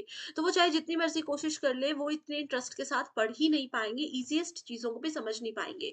अब जैसे मैं अपने पूरे एफर्ट्स कर रही हूँ आप बच्चों को पढ़ाने के लिए कि एग्ज़ाम में कम टाइम है, स्टूडेंट्स को नहीं पता चल रहा कैसे पढ़ना, तो मैंने सोचा चलो 60 मिनट्स में आपको हर एक चीज़ दे देते हैं। तो ऐसे में स्टूडेंट्स को अगर इंटरेस्ट ही नहीं है, स्टूडेंट्स अगर ध्यान से मेरी क्लास को सुन ही नहीं रहे हैं, तो उनको इस क्लास की वैल्यू, इस क्लास की अहमियत और इसके बेनिफिट्स पता ही नहीं चलेंगे। तो ये कुछ ऐसे कारक है जो कि आपको सक्सेस से रोक सकते हैं। ये फैक्टर्स हैं टीचिंग के। एनवायरनमेंट में ये हो सकता है कि टीचर को भी नॉलेज है, स्टूडेंट्स भी पढ़ने में इंटरेस्टेड है, लेकिन आसपास का जो पर्यावरण है वो शांत नहीं है। आसपास शोर इतना है, गाने चल रहे हैं, बच्चे रो रहे हैं, कुछ हो रहा है कि पढ़ाई हो ही नहीं पाती। मेरे घर के आसपास इतना शोर है कि मैं अपने सेशंस रिकॉर्ड ही नहीं कर पाती। तो वो एनवायरनमेंट भी एक फैक्टर होता है, जिसकी वजह से एक टीचर, लर्नर जितने बार यदि इंटरेस्टेड हो पढ़ने पढ़ाने में, वो नहीं उसको सक्सेसफुल कर पाते हैं। उसके बाद 2 टाइप के लर्नर्स होते हैं जिससे एग्ज़ाम में क्वेश्चन्स आते हैं, एडोलेसेंट लर्नर्स, छोटे बच्चे, और जिसको कि किशोरावस्था के बच्चे बोला जाता है। इनकी 4 कैरेक्टरिस्टिक्स होती है: academic, social, emotional and cognitive. Academics होती है जो स्कूल वगैरह से रिलेटेड है, moving from concrete to abstract, basic से थोड़े एक लेवल अप जाते हैं। मूड स्विंग्स बहुत आते हैं, छोटे बच्चे देखे नहीं, एक बात पे रो जाएँगे, एक बात पे हँस जाएँगे। मॉडलिंग बिहेवियर होता है सोशली उनका। एक लेवल तक बच्चे ऐसे होते हैं ना, जैसे अगर हम 5th, 6th, 7th के आसपास के बच्चों की भी बात करें, तो वो बच्चे ऐसे होते हैं कि वो चाहते हैं कि हमारी एक आइडेंटिटी हो, हमें लोग अच्छे से पहचाने। स्कूल में भी वो चाहते हैं कि हमारी एक इमेज अच्छी हो, इमेजिनरी इमेज भी वो अपनी साथ लेकर चलते हैं। कॉम्प्लेक्सिटी की अंडरस्टैंडिंग उनमें होती है। एक एज, आपने बहुत बार अपने पेरेंट्स से भी सुना होगा कि एक एज होती है, उसमें अगर आप कुछ भी सीखना चाहो तो बहुत जल्दी से सीख सकते हो, तो वो कॉग्निटिव के अंदर आता है। हिंदी मीडियम यहाँ पर देख सकते हो, और किशोरावस्था की मुख्य विशेषताएं भी देख सकते हो। अगला है अडल्ट लर्नर्स। ये बहुत समझदार होते हैं, इनको अपने अच्छे बुरे, भला बुरा सब पता होता है। एकेडमिक, इमोशनल, सोशल, कॉग्निटिव 4 होती हैं। बड़ी चीज़ों को कैसे अचीव करना है, ये इन बच्चों को पता होता है। इनको ये पता है कि 1 मंथ में हम यूजीसी नेट एग्ज़ाम नहीं कर सकते। क्यों? क्योंकि अभी 1 ही महीने में तो सिलेबस भी पूरा नहीं होता। इनको ये पता है कि कम से कम 4 से 5 महीने हमें सिलेबस पूरा करने में लगेंगे, उसके बाद जाकर पेपर कहीं पर क्वालीफाई होगा। तो एकेडमिक्स में वो इतने स्ट्रॉन्ग होते हैं, उनको पता है कि बड़ी चीज़ को अचीव करने में समय लगता है और कैसे हमें उसको कंट्रोल में रखना है। इमोशनल होता है sense of control and self directed. Prefer a learning community, आसपास अच्छे समझदार लोगों के साथ रहना पसंद करते हैं। अगर आपको लगता है कि आप जीवन में कुछ करना चाहते हो और आपके आसपास कोई बिगड़े हुए फ्रेंड्स आपके बन गए, तो आप धीरे धीरे उनसे बाहर निकलने लग जाओगे। ठीक है। Apply new knowledge and skills, जिससे कि वो नया कुछ भी कभी भी सीख सकते हैं। ओके। सो अडल्ट लर्नर्स की कुछ विशेषताएं भी होती हैं, जैसे कि वो लीडरशिप क्वालिटीज होती है, एक्सपीरियंस होता है, अपील, रिस्पेक्ट, नोबल स्टाइल्स इनमें रहते हैं। Next is factors affecting teaching related to, ये हमने ऑलरेडी पढ़ लिया। ठीक है, हमने टीचर लर्नर सपोर्ट मटेरियल होता है, जैसे मेरे को नॉलेज भी है, आप पढ़ना भी चाहते हो, लेकिन मेरे पास लैपटॉप ही नहीं है, मैं कैसे पढ़ाऊंगी? मेरे पास व्हाइट बोर्ड ब्लैक बोर्ड ही नहीं है, मैं कैसे पढ़ाऊंगी? इंस्टीट्यूशन जहाँ पर मैं जॉब करती हूँ, जहाँ पर मैं पढ़ाती हूँ, वो मुझे फैसिलिटीज ही नहीं दे रहे, तो वो चीजें भी प्रभाव डाल सकती हैं हमारी टीचिंग लर्निंग में। एनवायरमेंट हम डिस्कस कर चुके हैं, कॉम्पिटेंसी यानी कि क्षमता। अब जैसे कि आपके सेशन के लिए मैं लगातार बिना ब्रेक के 60 मिनट से बोल रही हूँ, ठीक है, तो ये क्षमता होना भी जरूरी है। एक अच्छी टीचिंग के लिए क्या क्या चीजें जरूरी है? डायग्नोसिस, पहले तो देखो, डायग्नोस करना है, आपको समझना है, ठीक है, स्टूडेंट्स की क्या, आप किसी जगह पर जा रहे हो, आपके टीचर पहले दिन आपको नहीं पढ़ाते, वो क्या करते हैं, पहले दिन सिर्फ ध्यान रखेंगे, इंट्रोडक्शन लेंगे, इससे वो सिर्फ इंट्रोडक्शन लेकर आपका नाम जानकर कुछ बड़ी चीज अचीव नहीं करते। वो एक्चुअल में स्टूडेंट्स को पहले दिन ऑब्जर्व करते हैं कि किस लेवल के बच्चे हैं, कितनी इनमें अंडरस्टैंडिंग है, किस चीज में इनको इंटरेस्ट है, तो वो डायग्नोसिस होता है। डायग्नोज होने के बाद, पहले दिन डायग्नोसिस के बाद दूसरे दिन से फिर लेवल जो है टीचिंग का, उस अकॉर्डिंग टीचर डिसाइड करते हैं कि क्या पढ़ाना है, कैसे पढ़ाना है, कौन सी चीजें उनके लिए जरूरी है, कैसे कैसे गाइडेंस की उनको जरूरत है, ये सब चीजें फिर उसमें देखी जाती है। Then direction, a teacher offer directional plans, एक टीचर ही एक बच्चे को अच्छा डायरेक्शन प्रोवाइड करवा सकता है, अच्छे से गाइड कर सकते हैं। एंड फीडबैक बहुत इंपॉर्टेंट पार्ट है, कि कहीं पर भी टीचिंग लर्निंग हो या जनरल बातचीत की अगर हम यहाँ पर बात करें, तो फीडबैक बहुत जरूरी होता है। मेथड्स ऑफ टीचिंग में ऑलरेडी हमने डिस्कस कर लिया है, online offline methods, teacher centred, learner centre, देखो ऑनलाइन मेथड ऑफलाइन में आता है, लेक्चर मेथड, डिस्कशन मेथड, ये सब चीजें, ठीक है। ऑनलाइन में हमने स्वयं स्वयं प्रभा मूक देख लिया था। लेक्चर मेथड्स होते हैं डिस्कशन में, जहां पर बच्चों को इकट्ठे इकट्ठे बिठा करके कोई भी टॉपिक दे दिया जाता है डिस्कशन के लिए। डेमोन्स्ट्रेशन में उनको डेमो करके प्रैक्टिकल करके चीजें बताई जाती है। क्वेश्चन आंसर मेथड में भी डिस्कशन की तरह ही होता है, क्वेश्चन आंसर्स पूछे जाते हैं। बस सेशन में डिफिकल्ट लेवल के क्वेश्चन होते हैं, उनको कुछ एक टाइम लिमिट दी जाती है कि इसमें आपको आंसर्स देने हैं। ब्रेनस्टॉर्मिंग सेशन में भी एक टॉपिक ऐसा दिया जाएगा जिसके बारे में बच्चों को कुछ भी नॉलेज नहीं होता है, उनको कहा जाएगा कि खुद से नॉलेज गेन करने की कोशिश करो, खुद से इसके बारे में चीजें ढूंढने की कोशिश करो। और प्रोजेक्ट तो आपको पता ही है, स्कूल कॉलेज में बहुत से प्रोजेक्ट्स दिए जाते थे जो कि बच्चों को अपने एंड पर कंप्लीट करने होते थे। नेक्स्ट है ब्लेंडेड लर्निंग, जिसको मिश्रित शिक्षण कहा जाता है। क्लासरूम लर्निंग और ऑनलाइन लर्निंग दोनों को मिला करके इसमें साथ रखा जाता है। अब जैसे क्लासरूम में टीचर पढ़ा रहे हैं, लेकिन साथ में उन्होंने लैपटॉप या बड़ी स्क्रीन रखी है जिसमें वो डिजिटली भी आपको पढ़ा रहे हैं, ये होता है मिश्रित ब्लेंडेड लर्निंग। फ्लिप लर्निंग होता है लेक्चर एंड होमवर्क एक्टिविटीज, ठीक है। लेक्चर आप लोगों को इस तरीके से दिया जाएगा, ट्रेडिशनल में क्या होता था, पहले लेक्चर दिए जाते थे और होमवर्क दिया जाता था। उसके बाद फ्लिप लर्निंग में लेक्चर आप लोगों को लैपटॉप कंप्यूटर्स की मदद से पढ़ाए जा रहे हैं, और क्लासरूम एक्टिविटीज के लिए आपको स्कूल में बुलाया जा रहा है, ये होता है फ्लिप, यानी कि उसको उल्टा कर दिया, फ्लिप कर दिया।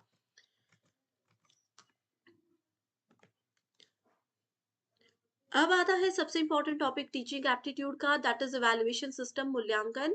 अब आप लोगों के जो फाइनल एग्जाम्स होते हैं वो क्या है, आप लोगों ने पूरा साल क्या किया उसका मूल्यांकन करने के लिए लिए जाते हैं। Evaluation is the process of gathering and interpreting evidence on changing the behaviour of the students as the progress through school. Definitions पर नहीं जाते हैं, डायरेक्ट आपको बताती हूँ, देखो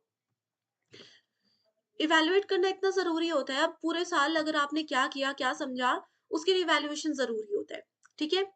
formative evaluation and summative evaluation, formative होता है जो कि क्लास के दौरान ही किया जाता है, ठीक है।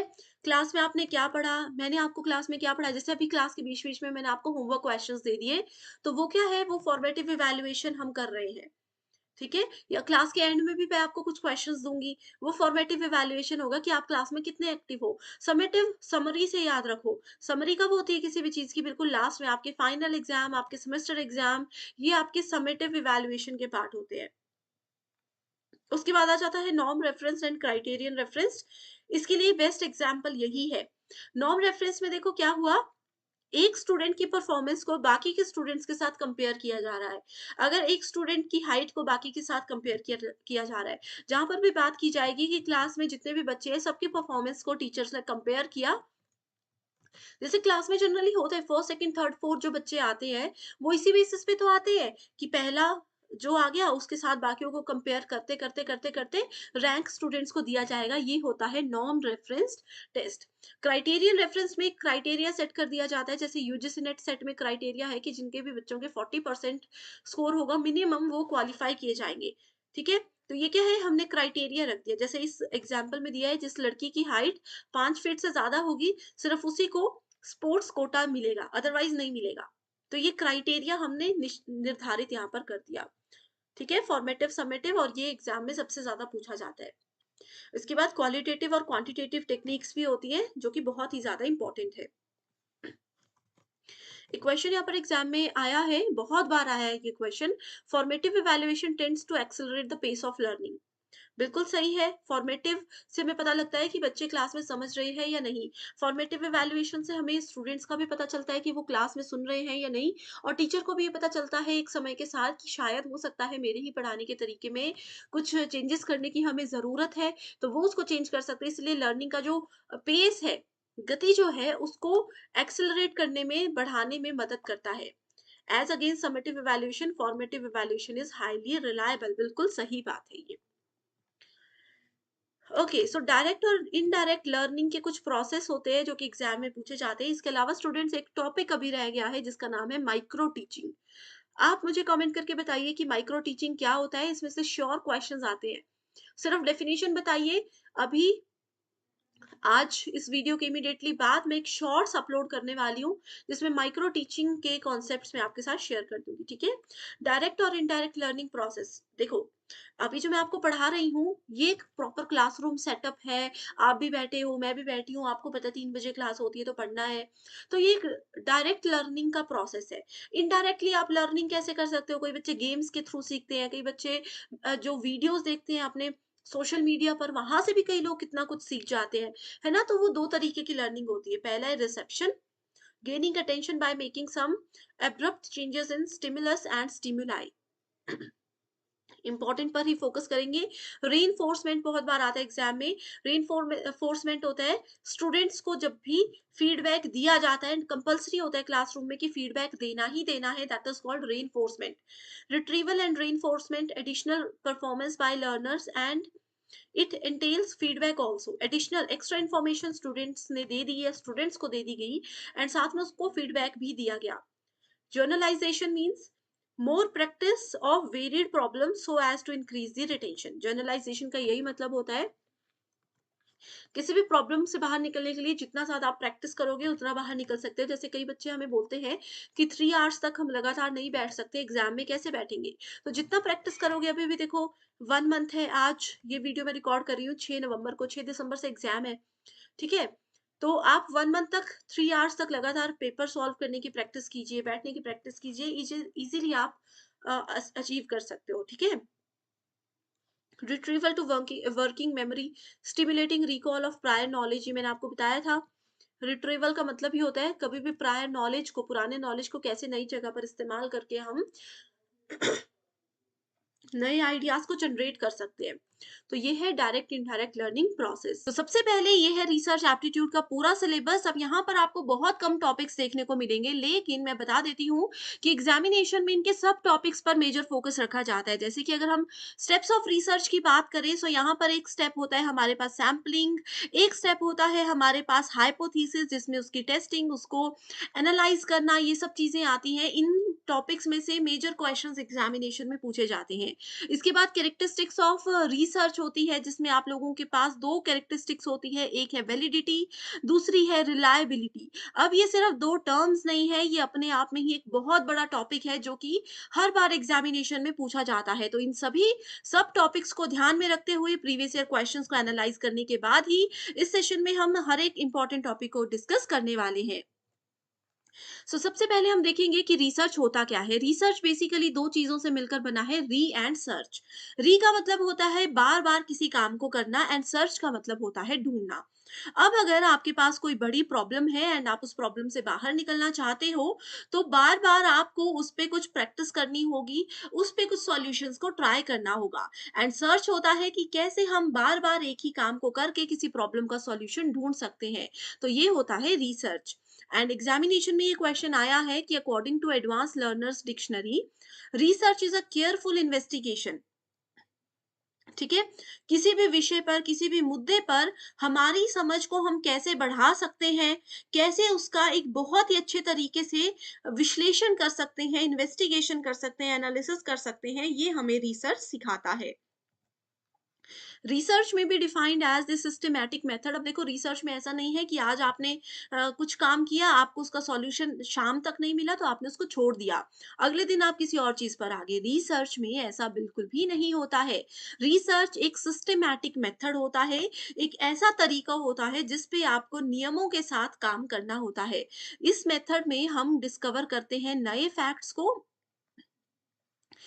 Verifying old facts. कोई, अगर मान लीजिए कोई भी मेरे रिसर्च का एबीसी नाम का टॉपिक है, उसमें कोई ओल्ड रिसर्च हो चुकी है, किसी और पर्सन ने उस पे ऑलरेडी रिसर्च कर दी है, तो उनके रिसर्च को वेरीफाई करना, उसी को आगे बढ़ाते हुए नए फैक्ट्स को डिस्कवर करना, फाइंड आउट करना, और उनके बीच में रिलेशनशिप्स को फाइंड आउट करना, उनके एक्सप्लेनेशन को आइडेंटिफाई करना, ये सब चीजें हमें रिसर्च सिखाता है। एंड ये डेफिनेशन बहुत बार एग्जामिनेशन में एज इट इज पूछी गई है। अगला इंपॉर्टेंट टॉपिक है ऑब्जेक्टिव्स ऑफ रिसर्च, कि रिसर्च को किया क्यों जाता है।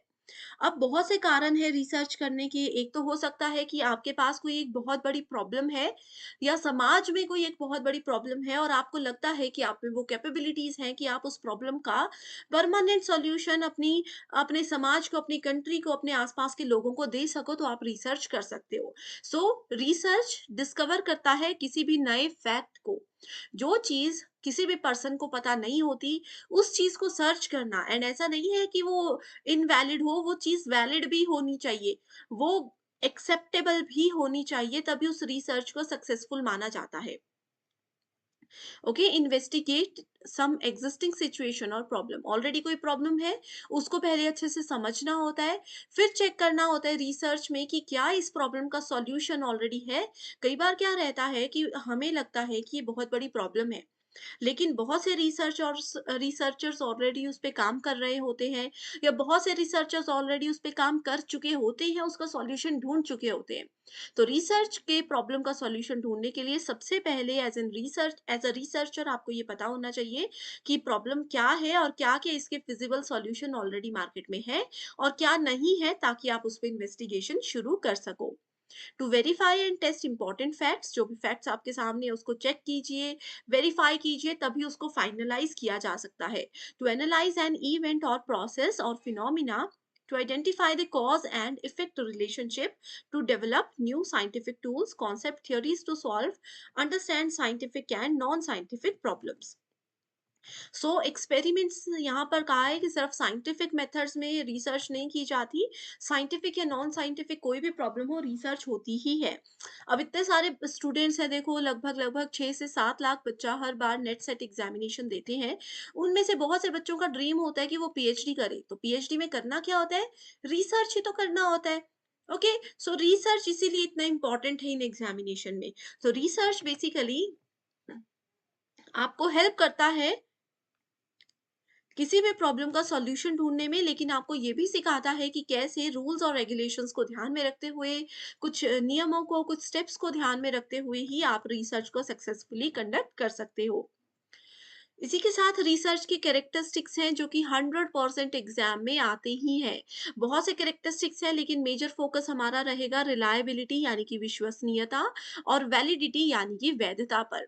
Okay, so reliability and validity के को भी फर्दर डिवाइड किया गया है, बहुत से हिस्सों में बांटा गया है, वो भी हम डिटेल में देखेंगे।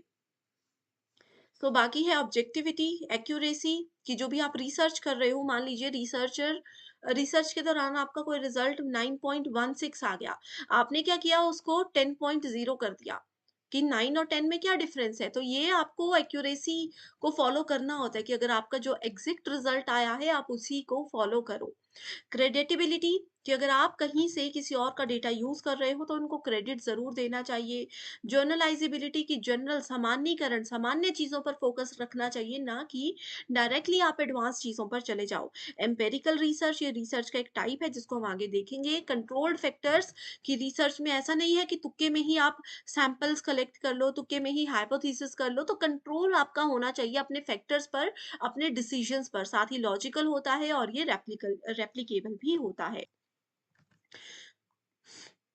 तो सबसे पहले यहाँ पर हम बात करेंगे रिलायबिलिटी एंड वैलिडिटी की। सो देखो, रिलायबल होता है विश्वसनीय। अब आप लोग अगर रिसर्च कर रहे हो तो आप अपनी रिसर्च को रिलायबल कैसे बनाओगे? इससे हम क्या करते हैं, अपने रिसर्च की क्वालिटी को चेक करते हैं। आपका रिसर्च हमेशा रिलायबल होना चाहिए। जैसे मैंने डेटा की बात की थी कि अगर आपका रिजल्ट 9.16 आ रहा है एंड आप उसको 10.0 कर देते हो तो डिफरेंस दोनों में है। आपका रिसर्च यहाँ पर रिलायबल नहीं है, जो कि एक गलत रिसर्च का तरीका माना जाता है। Okay, they indicate how well a method, technique or test measure something. Reliability is about the consistency of measure and validity is about the accuracy of measure. ठीक है, देखो रिलायबिलिटी हमें बताता है कि हमने एक ही काम को कितनी कंसिस्टेंसी से किया और कैसे हम कंसिस्टेंसी से करते-करते उसके फाइनल रिजल्ट तक पहुंच गए, जो कि एक वैलिड प्रूव्ड रिजल्ट था। और वैलिडिटी हमें ये बताता है कि हमने जो काम किया है, हमारा जो रिजल्ट आया है, उसकी एक्यूरेसी कितनी है और कैसी है, क्या ये वैलिड है या नहीं है। तो एग्जाम में ये स्टेटमेंट्स एज इट इज आई है कि consistency is related to measure and validity is related to accuracy of the measure. ठीक है, सो एग्जामिनेशन के लिए मैच द फॉलोइंग का ये श्योर क्वेश्चन है। आगे आप देख सकते हो, इनके जो टाइप्स होते हैं रिलायबिलिटी और वैलिडिटी के, यहाँ से भी क्वेश्चंस आते हैं और मैच द फॉलोइंग टाइप के क्वेश्चंस आते हैं।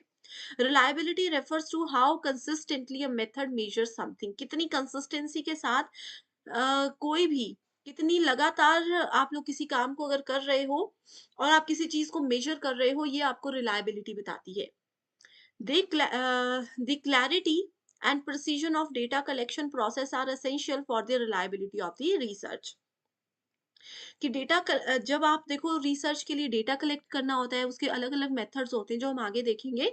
कितनी क्लैरिटी से और कितनी स्पष्टता के साथ और कितनी सटीकता के साथ आप लोग उस डेटा को कलेक्ट कर रहे हो, वो बताता है आपके डेटा की रिलायबिलिटी, आपके रिसर्च की reliability. So, if the data collection process is unclear or imprecise, then the data that is collected will be unreliable. अगर आपको लगता है, मान लीजिए आप अपने रिसर्च के लिए डेटा कलेक्ट कर रहे हैं एंड उसके लिए आपको खुद को भी श्योरिटी नहीं है, ठीक है, आप लोगों को लोगों से, पब्लिक से इंटरव्यू लेने हैं, उनके व्यूज पूछने हैं किसी रिसर्च को लेकर, एंड आपने गलत ऑडियंस को ही उठा लिया। आपको पूछना है कि मान लीजिए कि सोशल मीडिया का क्या इम्पैक्ट है हमारे न्यू जनरेशन पर, और आप चले गए किसी और ही पर्सन के पास, आप चले ही गए न्यू पर्सन के पास, तो ऐसे क्या होगा, आपकी रिलायबिलिटी गलत होगी। अगर आप गलत डेटा कलेक्ट करते हो, गलत सैंपल को सिलेक्ट करते हो, तो डेफिनेटली आपका रिसर्च कभी भी रिलायबल नहीं होगा। तो अब एक रिसर्च को टेस्ट करने के साथ साथ अब हमें रिलायबिलिटी को भी टेस्ट करना होता है कि क्या हम डेटा सही कलेक्ट कर रहे हैं, क्या हमारा रिसर्च सही डायरेक्शन में जा रहा है या नहीं। तो उसके लिए 3 मेथड्स होते हैं। पहला है टेस्ट रीटेस्ट, इंटररेटर और इंटरनल रिलायबिलिटी। अब टेस्ट रीटेस्ट के नाम से पता चल रहा है कि एक बार टेस्ट किया, हमें सेटिस्फेक्शन नहीं हुई तो वापस टेस्ट कर लिया। तो सेम टेस्ट ओवर टाइम, कुछ कुछ देर के बाद हम सेम टेस्ट को रिपीट अगर करेंगे, that is called test retest. Interrater होता है same test conducted by different people. अब एक टेस्ट अगर हमने मान लीजिए 8 से 10 साल के बच्चों पे किया, सेम टेस्ट अगर हम लोगों ने 20 से 21 साल के लोगों पर किया, और सेम टेस्ट हमने 40 प्लस की एज वाले लोगों के साथ किया, और इस चीज को बोला जाता है इंटररेटर। अगला है इंटरनल, डिफरेंट, ये क्या होता है, the individual items of a test.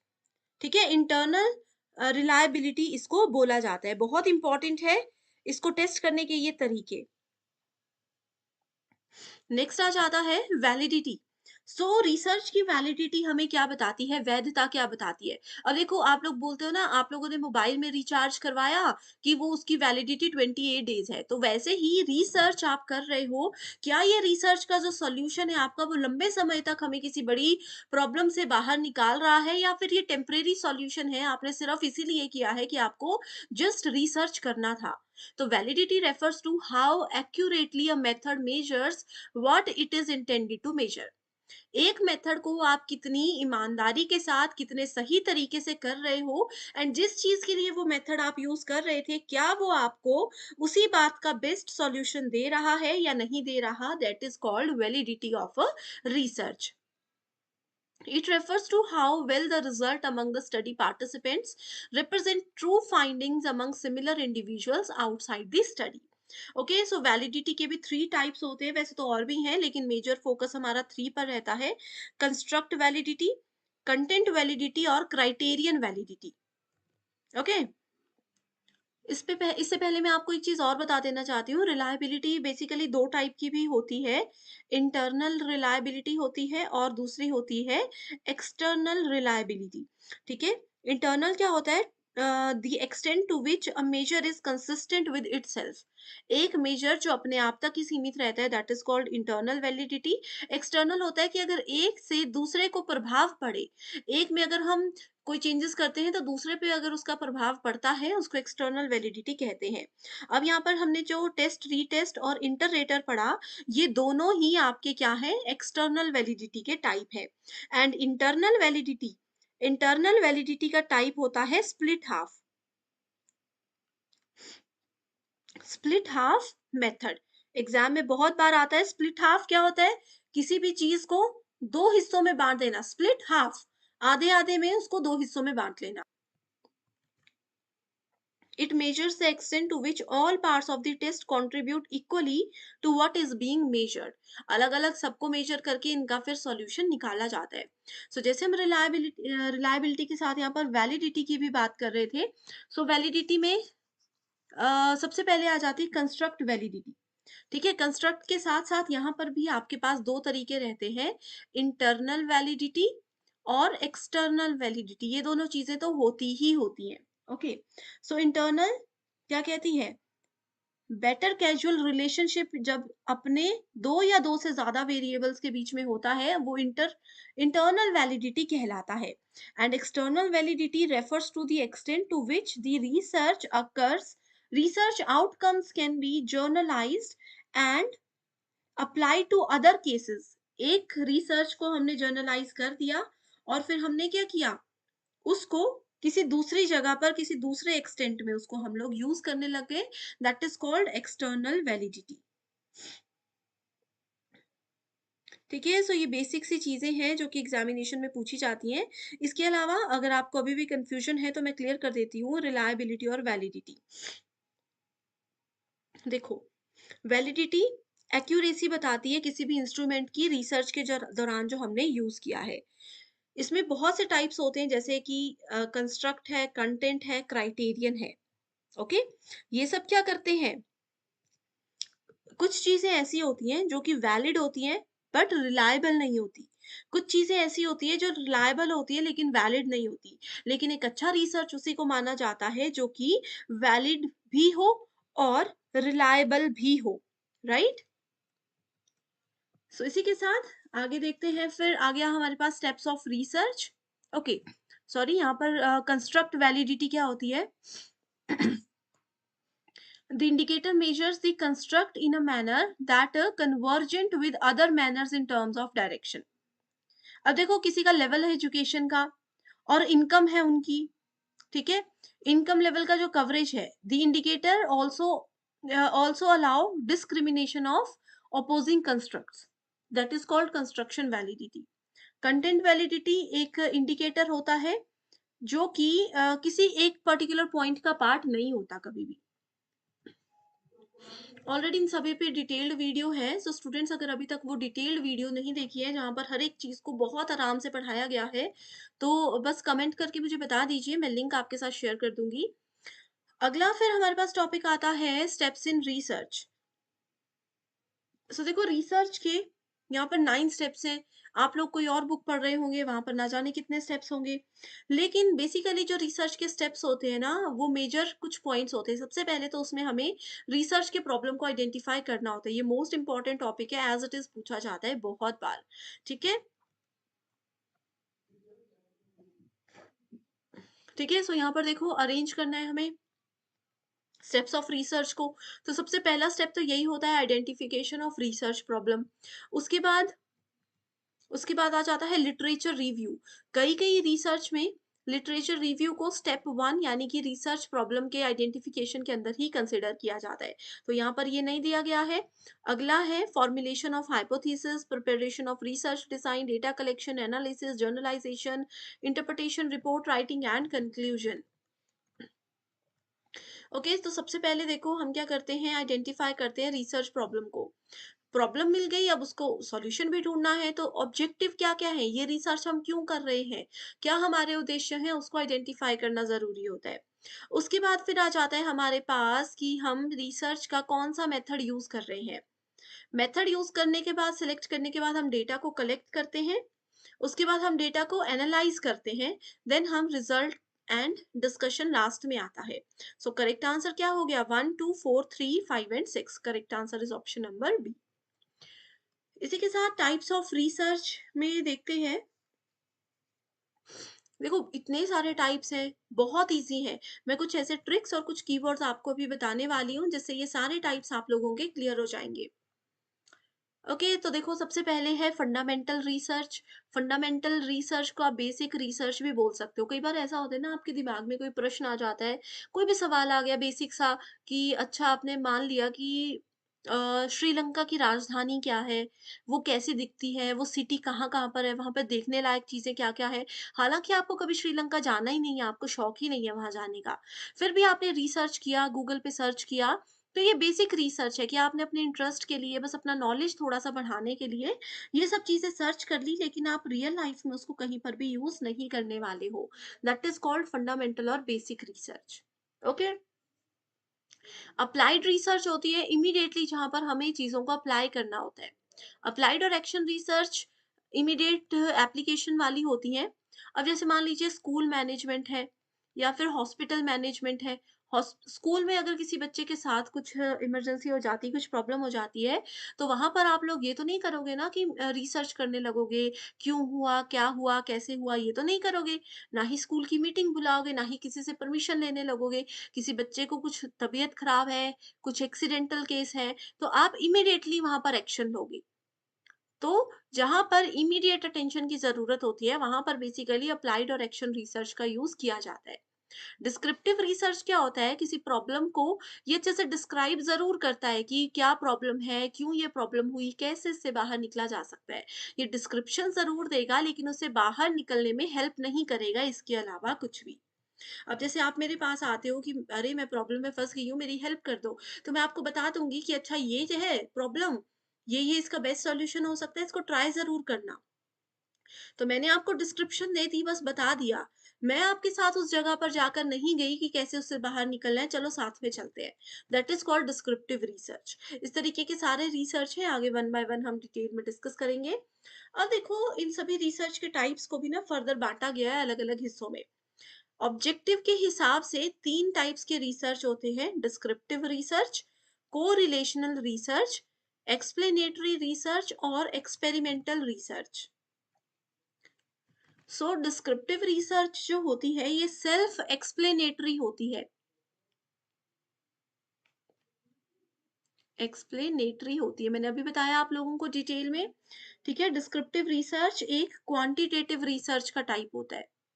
ये होता है क्वांटिटेटिव रिसर्च का टाइप। आप लोगों को पता होना चाहिए कि क्वालिटेटिव और क्वांटिटेटिव रिसर्च क्या होता है। क्वालिटेटिव रिसर्च हमेशा क्वालिटी पर फोकस करता है, कि मान लीजिए ये कहता है कि आप चाहे 2 ही सैंपल्स लेकर आओ, लेकिन बेस्ट क्वालिटी के होने चाहिए। कम ही लोगों से इंटरैक्ट करो, लेकिन वो रिसर्च का सॉल्यूशन देने वाले होने चाहिए। जैसे होता है ना कि आपको ऐसा, कई लोग ऐसे होते हैं जिनके सिर्फ 1 या 2 ही फ्रेंड्स होंगे, लेकिन वो बहुत अच्छे होंगे, हर जगह उनके साथ आएँगे। लेकिन कुछ क्वांटिटेटिव टाइप के होते हैं, जैसे हमने मान लीजिए 100 लोगों से सैंपल ले लिया, लेकिन एक भी सैंपल से हमें सेटिस्फेक्शन नहीं हुई। आपके 100 दोस्त हैं, लेकिन मुसीबत के टाइम एक भी काम नहीं आया, तो वो क्वांटिटेटिव होता है। तो वैसे ही डिस्क्रिप्टिव रिसर्च जो होता है, वो क्वांटिटेटिव रिसर्च होता है। अब कोई मेरे पास कोई प्रॉब्लम लेकर आ रहा है, उसका सॉल्यूशन देने के लिए मैं 100 उसको एक्सप्लेनेशन दे दूँ, 100 तरीके बता दूँ, लेकिन क्या मुझे पता है कि प्रैक्टिकली वो चीज़ें पॉसिबल है? क्या मैं उनके साथ उस सिचुएशन में गई हूँ? नहीं गई हूँ। तो डिस्क्रिप्टिव रिसर्च इसीलिए क्वांटिटेटिव रिसर्च का ही मेथड माना जाता है। ठीक है? जो भी चीज़ होती है, जो भी स्टोरी आपके सामने होती है, फिनोमिना होता है, उसको ऑब्ज़र्व किया जाता है पहले यहाँ पर, फिर उसका कंक्लूज़न ड्रॉ करके उससे बाहर निकलने की कोशिश की जाती है। ओके, इसके अंदर जैसे मैंने आपको बताया था कि सर्वे मेथड भी आता है। यहाँ पर लिखा हुआ है सर्वे स्टडीज़ इसके अंदर आती है। So descriptive study itself is equated with survey research. It is better to consider survey as one category of research under descriptive research. Okay, so survey method में क्या होता है, हम सर्वे करते हैं एग्जिस्टिंग सिचुएशन, करंट सिचुएशन हमारे सामने क्या है, उसको पहले अच्छे से समझेंगे। ठीक है, उस कंडीशन को एनालाइज करेंगे, फिर हम यहाँ पर उसको डायग्नोज करते हैं प्रॉब्लम को कि एग्जैक्ट प्रॉब्लम क्या है, उसका पूरा सर्वे होगा। अब आप बोलते हो ना कोई भी काम करना है पूरा सर्वे करते हैं चलो इसका, तो उसकी पूरी कुंडली निकाली जाती है, हम सिंपल लैंग्वेज में ये बोल सकते हैं कि क्यों हुआ, कैसे बाहर निकला जा सकता है, पहले इसमें क्या-क्या हो चुका है, फिर जाके किसी कंक्लूजन पर पहुंचा जाता है। एंड कोरिलेशनल स्टडी जो है ये क्या करती है? किसी भी इंडिपेंडेंट और 2 डिपेंडेंट या 2 इंडिपेंडेंट कोई भी वेरिएबल्स हो सकते हैं, उनके बीच में रिलेशनशिप बता करके ही कंक्लूजन तक पहुँचने में लोगों को मदद करती है। सो कोरिलेशनल रिसर्च इसको कहा जाता है। आगे अगर आप लोग देखोगे तो कोरिलेशनल रिसर्च को भी 2 हिस्सों में डिवाइड किया गया है। पहला है हमारे पास 3 हिस्सों में है, x post facto, historical, analytical. X post facto क्या होता है कि कोई भी इंसिडेंट अगर हो जाता है उसके बाद हमें पता लगता है और उसके बाद हम रिसर्च करते हैं। अभी रिसेंटली आपने देखा होगा बहुत जगह पर अर्थक्वेक बहुत ज़्यादा आ रहे हैं, बहुत ज़्यादा भूकंप आ रहे हैं।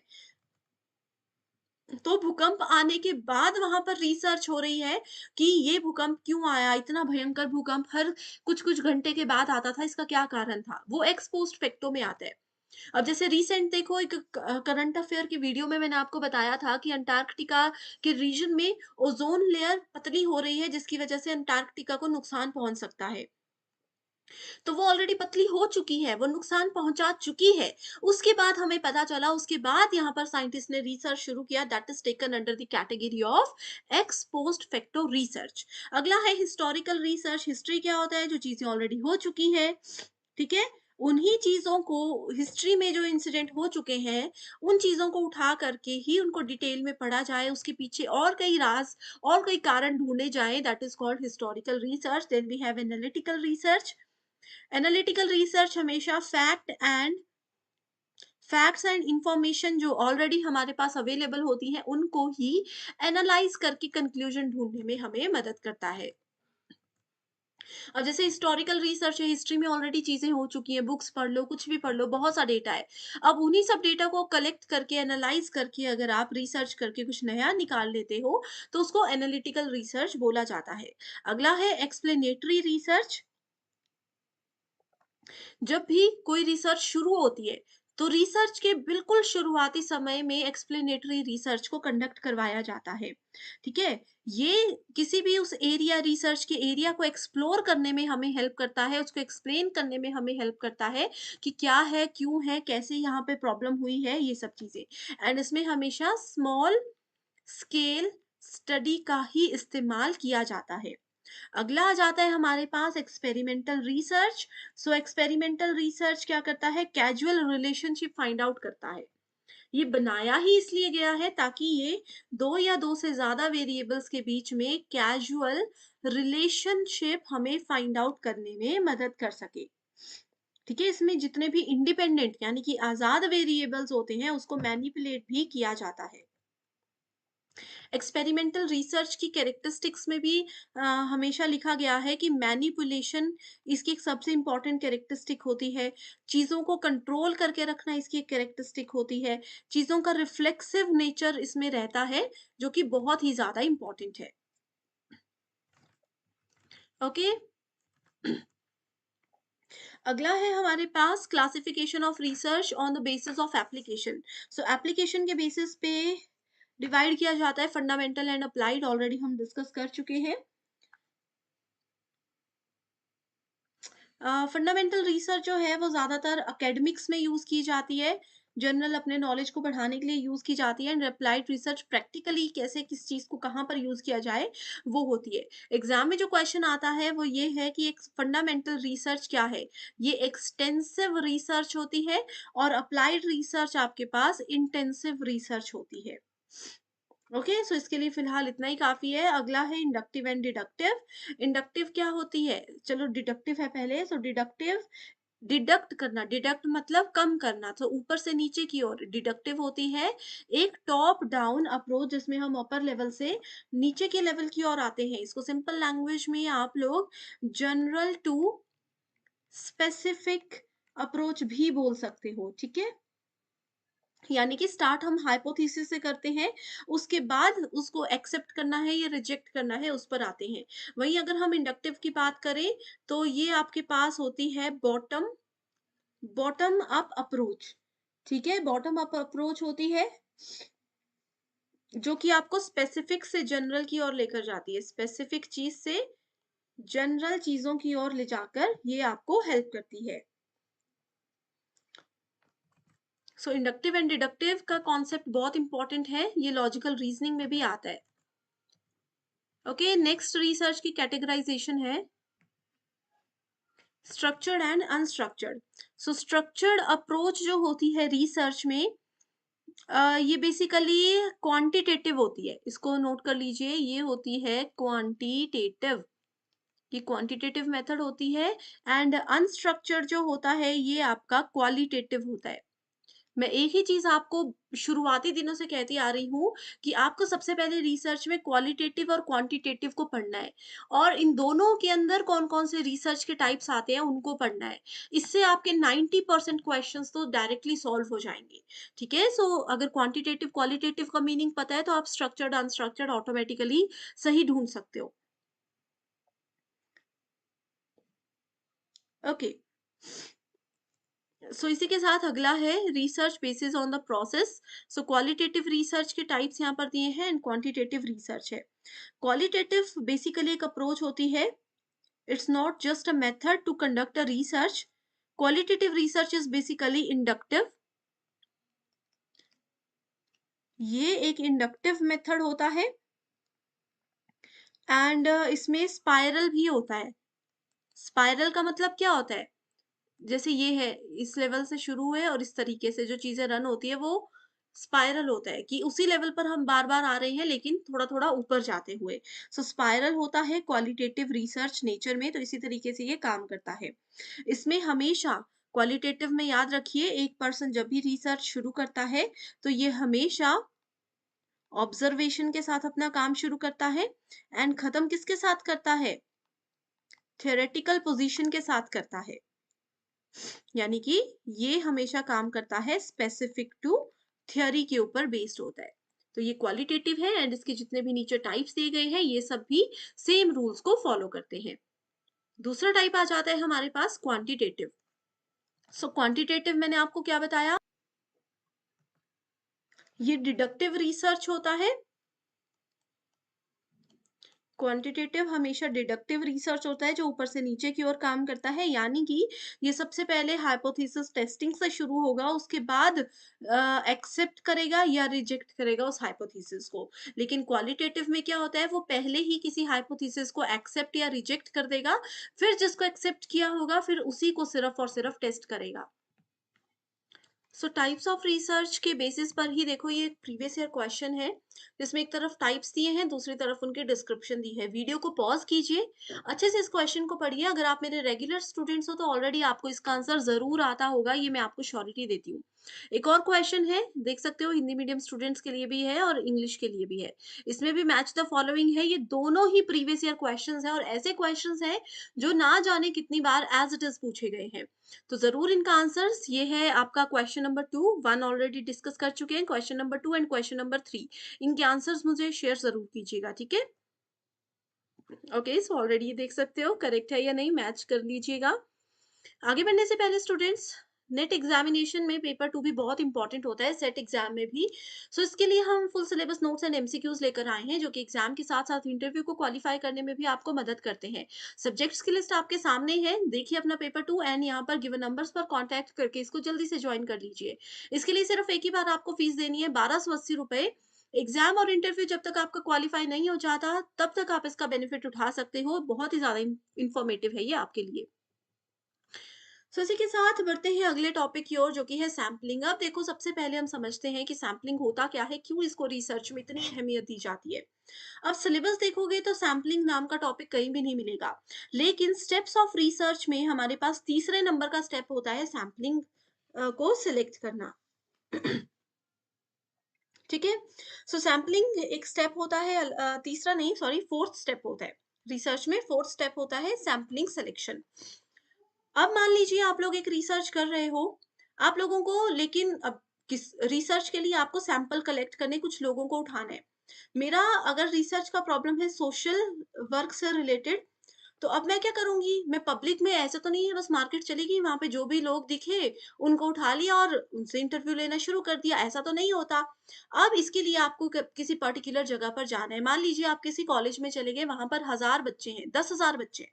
अब 10,000 लोगों से इंटरव्यू लेना, उनसे बेसिक क्वेश्चंस पूछना इजी काम तो नहीं है, इसलिए हम फिर सेलेक्ट करते हैं सैंपल को। अब इन 10,000 लोगों में से आपने कैसे सिर्फ 100 या 50 लोगों को सेलेक्ट करना है, वो आपको सैंपल बताता है। तो ये टोटल पॉपुलेशन 10,000 थी, उसमें से हमने 150 लोगों को सेलेक्ट किया, दैट इज कॉल्ड सैंपल। अब इन लोगों को कैसे सेलेक्ट किया जाएगा, उसके लिए बहुत सारे मेथड्स होते हैं हमारे पास, जिसमें पहला मेथड होता है प्रोबेबिलिटी सैंपलिंग, दूसरा होता है नॉन प्रोबेबिलिटी सैंपलिंग। सो इनको भी फर्दर आगे चार चार हिस्सों में बांटा गया है, जिसमें से as it is question exam में आते हैं। डायरेक्ट क्वेश्चन पूछा जाएगा कि सिंपल रैंडम सैंपलिंग जो है, वो आपका प्रोबेबिलिटी का टाइप है या नॉन प्रोबेबिलिटी का टाइप है। कोटा सैंपलिंग प्रोबेबिलिटी का टाइप है या नॉन प्रोबेबिलिटी का टाइप है, एज इट इज क्वेश्चन आएंगे, कुछ भी डिटेल में नहीं पूछा जाएगा। ठीक है। सो देखो, प्रोबेबिलिटी के अंदर आता है पहला सिंपल रैंडम, दूसरा क्लस्टर, तीसरा सिस्टमैटिक और चौथा stratified random sampling. Simple random में क्या होता है, अब 1000 लोगों में से पहले मैंने क्या किया, पहले मैंने 1000 लोगों के बीच चली गई, वहां से मैंने रैंडम ली। रैंडम क्या होता है, बिना सोचे समझे, बस ऐसे ही। मान लो किसी की मुझे पर्सनैलिटी अच्छी लगी, कोई मुझे देखने में बहुत इंटेलिजेंट लगा, किसी का मुझे बात करने का तरीका अच्छा लगा, रैंडमली मैंने किसी से भी इंटरव्यू ले लिया, ये होता है सिंपल रैंडम। ठीक है। तो यहाँ पर देखो, इतने लोग हैं, इनमें से किसी को भी बिना रूल के, बिना कुछ सोचे समझे उठा लिया, that is called simple random. Systematic sampling क्या होता है, ये भी आपका प्रोबेबिलिटी का ही टाइप है, जिसमें कि आपके सामने अगर स्टूडेंट्स हैं, आपने एक सिस्टम के साथ उनको सेलेक्ट किया। जैसे यहाँ पर देखो, एक स्टूडेंट को सेलेक्ट किया, फिर दो को छोड़ दिया, फिर तीसरे को किया, फिर दो को छोड़ दिया, फिर तीसरे को किया, फिर दो को छोड़ दिया, तीसरे को किया। इस तरीके से हमने उठाया रैंडमली ही, बिना लॉजिक के लोगों को उठाया, बिना उनके बैकग्राउंड, बिना उनका इंटरेस्ट जाने लोगों से इंटरव्यू ले लिया। बस लॉजिक इतना सा था कि हमने दो तीन लोगों को छोड़कर, दो तीन लोगों को छोड़कर यहाँ से चीजें, लोगों को पिक करना शुरू कर दिया। स्ट्रेटिफाइड सैंपलिंग बेसिकली यूज करता है स्ट्राटा को। स्ट्राटा का मतलब होता है स्मॉल ग्रुप्स। अब जैसे कि अगर हमने 1000 लोगों का टोटल पॉपुलेशन लिया था, 1000 लोगों में से मैंने क्या किया, छोटे छोटे ग्रुप्स बना दिए। मान लीजिए एक ग्रुप में मैंने बॉयज को अलग कर दिया और दूसरे ग्रुप में मैंने गर्ल्स को अलग कर दिया। ठीक है, बॉयज गर्ल्स अलग अलग हो गए। अब ये क्या कर दिए, मैंने दो स्ट्राटा बना दिए। अब रेंडमली यहाँ से सिलेक्ट किया जाएगा, ये देखो स्ट्राटा बना दिए। पहली रो में तीन लड़कियां खड़ी थी, मैंने बोला तीन में से एक आ जाओ। दूसरी रो में तीन लड़कियां थी, मैंने बोला सेकंड आ जाओ। तीसरी रो में भी अगर तीन लड़कियां होगी, तो यहाँ से मैं इस वाली को उठा लूंगी। तो इस तरीके से हमने स्ट्रेटिफाइड सैंपलिंग में स्ट्राटास करते हैं, छोटे छोटे अलग अलग ग्रुप्स में बनाते हैं, फिर वहां से उठाते हैं।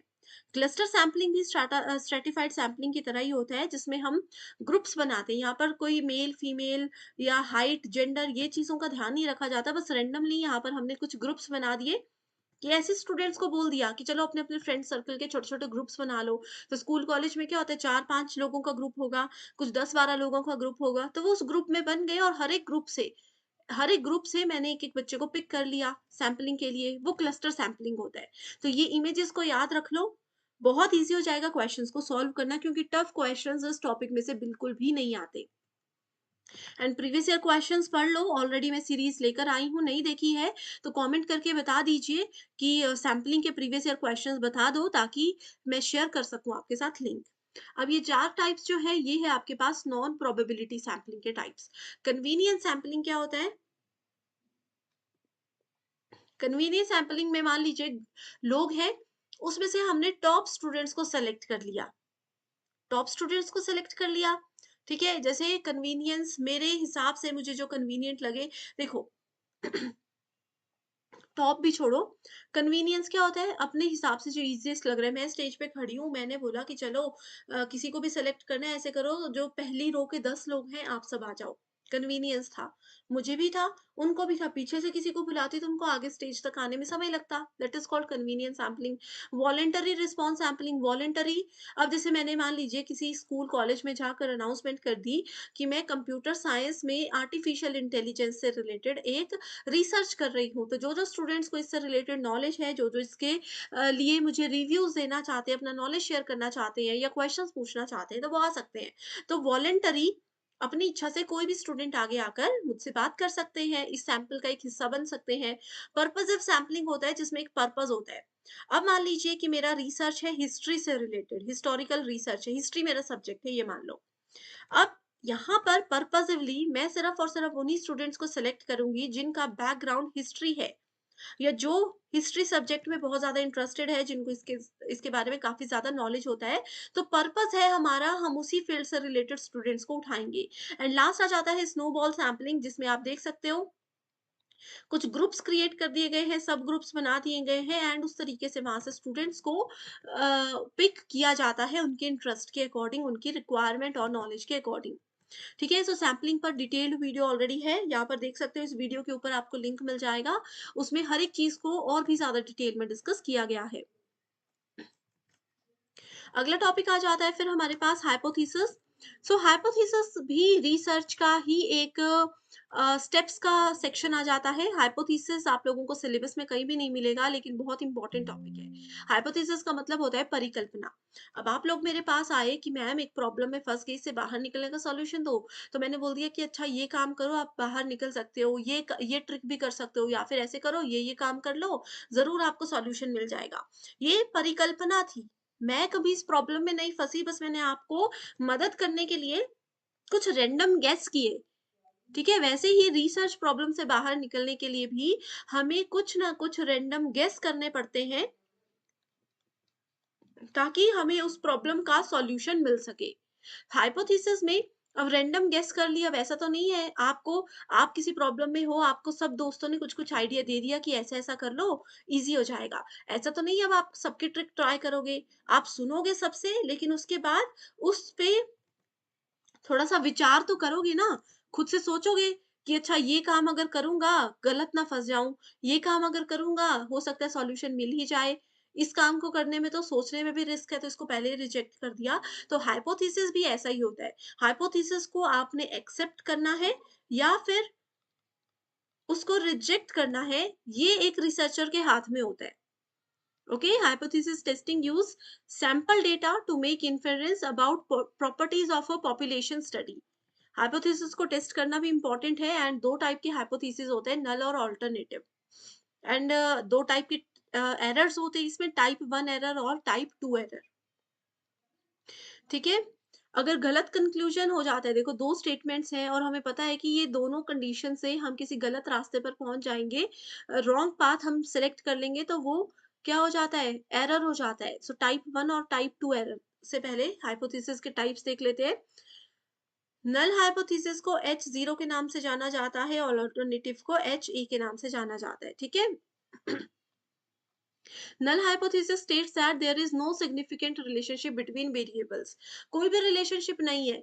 अगर हम बोलते हैं ए और बी दोनों मेरे लिए तो बराबर हैं, लेकिन नल हाइपोथेसिस बोलता है कि ए कभी भी बी के बराबर हो ही नहीं सकता। मैं बोलूंगी कि राम और श्याम दोनों का बिल्कुल बराबर नॉलेज है, इक्वल लेवल पर है दोनों। ये नल हाइपोथेसिस बोलेगा कि इनका नॉलेज कभी भी सेम हो ही नहीं सकता। दोनों में चाहे छोटा सा डिफरेंस होगा, लेकिन होगा जरूर। This should be rejected during hypothesis testing. तो नल हाइपोथेसिस को हम जब रिसर्च हाइपोथेसिस की टेस्टिंग चल रही होती है तो उस समय एक्सेप्ट या रिजेक्ट भी कर सकते हैं। अगर हम नल हाइपोथेसिस को रिजेक्ट कर रहे हैं, इसको अगर हम रिजेक्ट कर रहे हैं तो 100% श्योरिटी है कि हम ऑल्टरनेटिव हाइपोथेसिस को एक्सेप्ट ही करेंगे, क्योंकि इसके अलावा हमारे पास कुछ भी दूसरा ऑप्शन नहीं है। ऑल्टरनेटिव ये बोलता है कि हमेशा दो या दो से ज्यादा वेरिएबल्स के बीच में कुछ ना कुछ रिलेशनशिप होता ही है, कि ए बी के बराबर होगा ही होगा, चाहे 100% नहीं होगा, 10% सिमिलैरिटीज होंगी, लेकिन होंगी जरूर। ये कहता है ऑल्टरनेटिव हाइपोथेसिस, जिसको सिंपली रिसर्च हाइपोथेसिस भी बोला जाता है। Hypothesis testing is main concept of which of the type of research? So experimental research में सबसे ज्यादा hypothesis testing को use किया जाता है। अब देखो ये है hypothesis और alternative hypothesis H1 या HA बोला जाता है इसको, और null को H0 बोला जाता है। अगर एक रिसर्चर ने क्या किया, null hypothesis को रिजेक्ट कर दिया एंड ऑल्टरनेटिव हाइपोथेसिस को एक्सेप्ट कर दिया, एंड ऑल्टरनेटिव को एक्सेप्ट कर दिया, तो कौन सा एरर यहां पर होगा? तो यहां पर टाइप 1 एरर होगा। ठीक है, when a null hypothesis is true and you rejected. अगर मान लो एक कंडीशन ऐसी थी, एक डिसीजन आपके लाइफ का ऐसा था जो कि आपके लिए सही था, ट्रू था, लेकिन आपने ना जाने किस वजह से उसको रिजेक्ट कर दिया, उस डिसीजन की ओर गए ही नहीं, तो आपने कर दिया टाइप 1 एरर। एंड वहीं दूसरी तरफ अगर एक डिसीजन आपके लिए बिल्कुल गलत था, लेकिन आपने किसी भी रीजन की वजह से उस डिसीजन को एक्सेप्ट कर लिया, तो ये हो गया आपका टाइप 2 एरर। तो ये दो टाइप के एरर्स होते हैं। ठीक है, ये देखो हाइपोथेसिस नल हाइपोथेसिस है ये, और ये ऑल्टरनेटिव हाइपोथेसिस है। नल हाइपोथेसिस को फेल टू रिजेक्ट करना था लेकिन किया नहीं, तो टाइप 1 एरर आ गया, और रिजेक्ट कर दिया तो टाइप 1 नहीं तो टाइप 2 एरर। ठीक है, तो ये चीजें हैं यहाँ पर जो मैंने आपको बताया, इसको अच्छे से पढ़िए, कंफ्यूज नहीं होना है, एक आधा बार प्रैक्टिस कीजिए नल हाइपोथेसिस और अल्टरनेटिव हाइपोथेसिस के ऊपर, इजीली क्वेश्चंस को सॉल्व कर पाओगे। ये देखिए, null is true, null hypothesis सही था, हमें एक्सेप्ट कर लेना चाहिए था, लेकिन हमने क्या कर दिया, उसको गलती से रिजेक्ट कर दिया, तो टाइप 1 एरर हो गया, जिसको फॉल्स पॉजिटिव कहते हैं। वैसे ही नल हाइपोथेसिस गलत था, लेकिन हमने क्या कर दिया, उसको एक्सेप्ट कर लिया, करेक्ट डिसीजन था, इफेक्टिव एग्जिस्टेंस थी। ठीक है, तो यहाँ पर चीजों को देख सकते हो, अच्छे से पढ़ लीजिए। हाइपोथेसिस में डिस्क्रिप्टिव, नल, एक्सप्लेनेटरी और ऑल्टरनेटिव हाइपोथेसिस के 4 टाइप्स होते हैं, जिसके आंसर्स भी यहाँ पर मैंने आपको दिए हैं, इसको जरूर अच्छे से पढ़ लीजिएगा। अब बात आती है वेरिएबल्स की। सो स्टूडेंट्स देखो, वेरिएबल इतना ज्यादा इंपॉर्टेंट टॉपिक है कि एग्जाम में यहाँ से क्वेश्चंस आते ही आते हैं। पहले नहीं आते थे, अभी रिसेंट अगर हम 2023 में देखो, मार्च में पेपर हुआ, जून में पेपर हुआ, इसमें 2 शिफ्ट्स हुई हैं। ठीक है, 2 साइकिल्स हुए हैं, सॉरी, सभी शिफ्ट्स में लगभग इससे क्वेश्चंस आए थे। तो वेरिएबल कुछ भी हो सकता है, आप किसी पर्सन को भी यहाँ पर वेरिएबल मान सकते हो, किसी कार को वेरिएबल मान सकते हो, किसी बुक को वेरिएबल मान सकते हो रिसर्च के दौरान। एंड वेरिएबल 2 टाइप के होते हैं, qualitative and quantitative, sorry, categorical and quantitative variable. Quantitative variables vary in degree or amount, such as annual income, and categorical variable vary in type of kind of gender. ठीक है, categorical यानी कि category, male female अगर हमने कर लिया। Quantitative हो सकता है, जैसे यहाँ पर आपने कहा है एनुअल इनकम, किसी पर्सन की एनुअल इनकम मान लो 10 रुपए है, किसी की 5 रुपए है, तो ये हमने क्या किया, क्वांटिटी चेक की। तो ये वेरिएबल्स होते हैं। ठीक है, इंडिपेंडेंट डिपेंडेंट के साथ साथ इंटरवेनिंग वेरिएबल्स और एक्सट्रेनियस वेरिएबल्स भी हमारे पास आते ही हैं। अब वेरिएबल्स को मेजर करने के लिए भी कुछ स्केल्स को इस्तेमाल किया जाता है, जिसमें नॉमिनल, ऑर्डिनल और रैंकिंग स्केल, इंटरवल स्केल और रेशियो स्केल होता है। तो एक ग्राफ के थ्रू मैं बताती हूँ कि कैसे इन स्केल्स को मेजर किया जाता है। सो देखो, वेरिएबल्स में ना सबसे पहले तो आपके पास मैंने बताया क्वालिटेटिव होता है। सो क्वालिटेटिव के अंदर आ जाता है नॉमिनल। ठीक है, नॉमिनल आ जाता है जैसे कि किसी का मैरिटल स्टेटस है, किसी का जेंडर है, किसी का सेक्स है, ये सब आ जाता है नॉमिनल के अंदर। उसके बाद आ जाता है ऑर्डिनल। ऑर्डिनल जैसे कि मान लीजिए इसको आप ऐसे रैंकिंग स्केल भी कर सकते हो, कोई बच्चा किस रैंक पर आ रहा है, किस लेवल पर आ रहा है। या फिर एक एग्जांपल ले लें कि कोई पर्सन कैंसर पेशेंट है, कोई स्टेज 1 पे है, कोई स्टेज 2 पे है, कोई सिर्फ हल्के से लेवल पर है कि वो पेन किलर्स या इनसे भी टिक सकते हैं। तो ऐसे ऐसे लेवल का जो एनालिसिस होता है वो हमें ऑर्डिनल स्केल बताता है। उसके बाद फिर दूसरा आ जाता है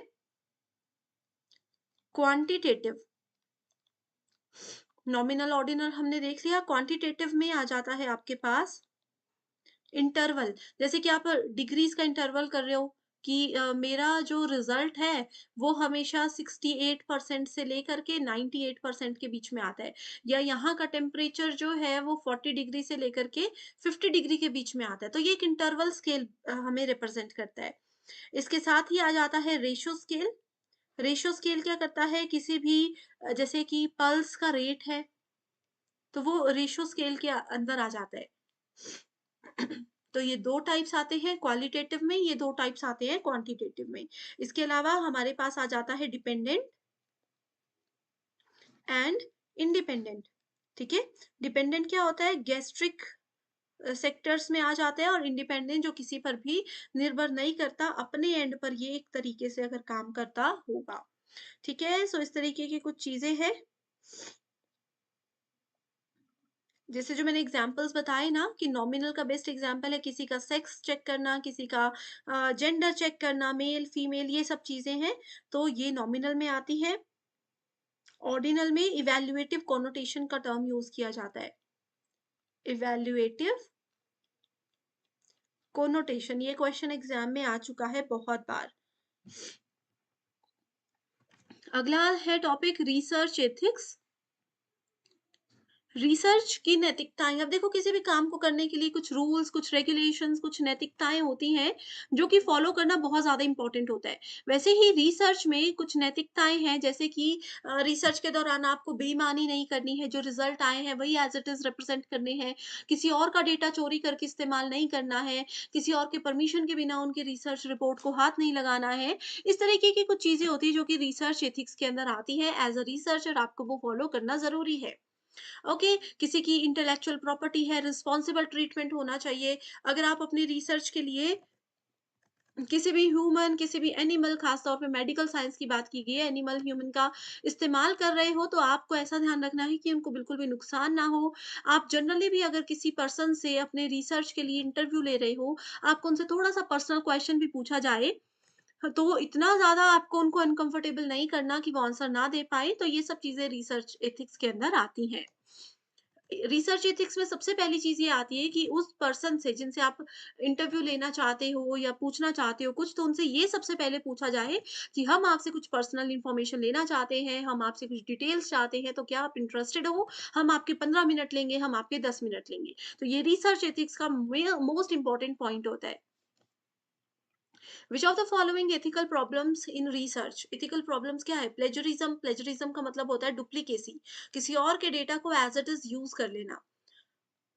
उसके बाद है बल प्रयोग, जबरदस्ती किसी से काम करवाना, गोपनीयता भंग करना, उपकारिता किसी ऐसा तो नहीं है, देखो साहित्यिक चोरी बहुत गलत काम है, जबरदस्ती किसी से काम करवाना भी गलत है। गोपनीयता, अब आपकी रिसर्च के दौरान आपको बहुत सी चीजें हो सकता है जो अपनी फैमिली फ्रेंड्स के साथ सीक्रेट रखनी पड़े, आप अगर उसको भंग कर देते हो या यहाँ की बात वहां कर देते हो, किसी और के रिसर्च डेटा का यहाँ वहां बातें पहुंचाते हो, तो भंग करना।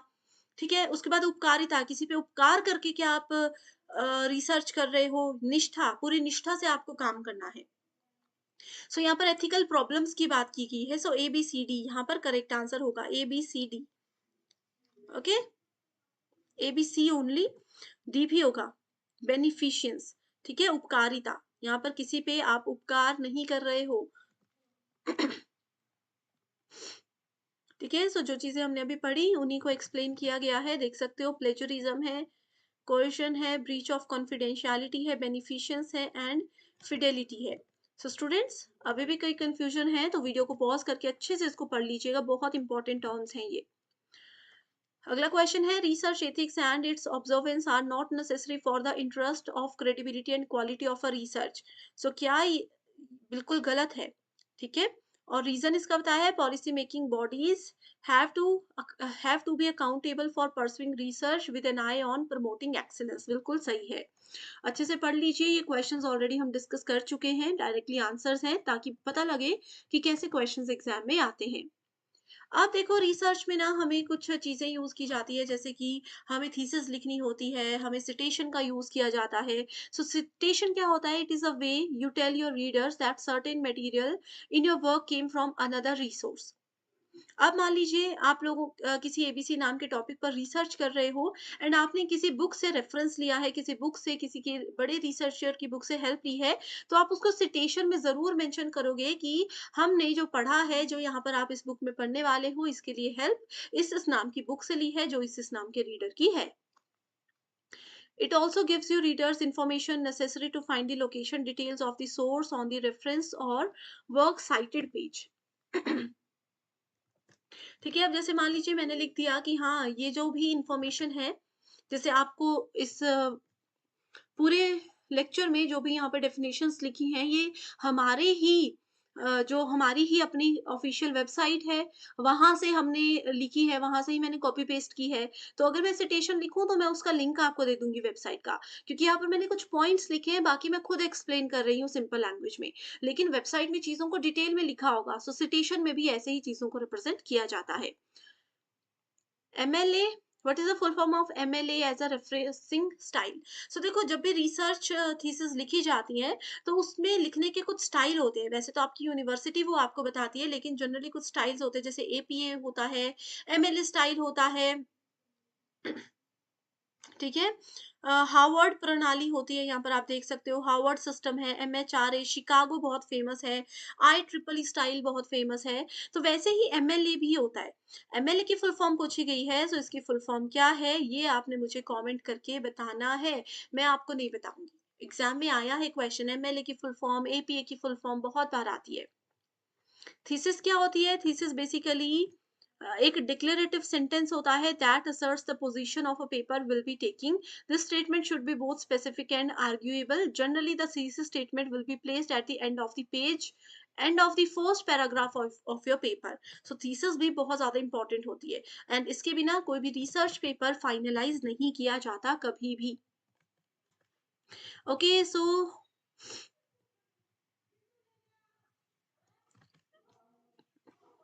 समटाइम्स नोन एज थीसिस, जिसको कि कभी कभी डिसर्टेशन भी बोला जाता है। सो कभी भी डिसर्टेशन एंड थीसिस हो तो परेशान नहीं होना, दोनों एक ही चीजें हैं। डिसर्टेशन जो होता है वो अंडर ग्रेजुएट और पोस्ट ग्रेजुएशन डिग्री के समय मैक्सिमम यूनिवर्सिटीज काम करती हैं, एंड थीसिस यूज की जाती है टर्म पीएचडी डिग्री के दौरान।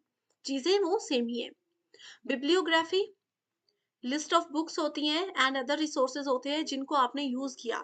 अब कोई इतना स्कॉलर तो नहीं होगा कि रिसर्च के लिए उसको किसी भी रिसोर्स की जरूरत ही ना पड़े। आप भी तो अपनी रिसर्च के लिए कोई ना कोई बुक पढ़ोगे, किसी जगह पे जाओगे, किसी की हेल्प लोगे। तो आपने अपनी रिसर्च के दौरान कौन कौन सी बुक्स पढ़ी, कहाँ कहाँ से रेफरेंस लिए, कौन कौन सी बुक्स ने आपको एक्चुअल में बहुत ज्यादा हेल्प की, वो सब चीजें बिब्लियोग्राफी के अंदर लिखी जाती हैं, ताकि अगर आपका रिसर्च पेपर भी आगे चलकर कोई पर्सन और पढ़ता है, तो उन लोगों को और भी ज़्यादा हेल्प हो जाएगी ये जानने में कि बेस्ट रिसोर्स कहाँ से मिलेगा, बेस्ट रिसोर्स कैसे मिलेगा। ओके?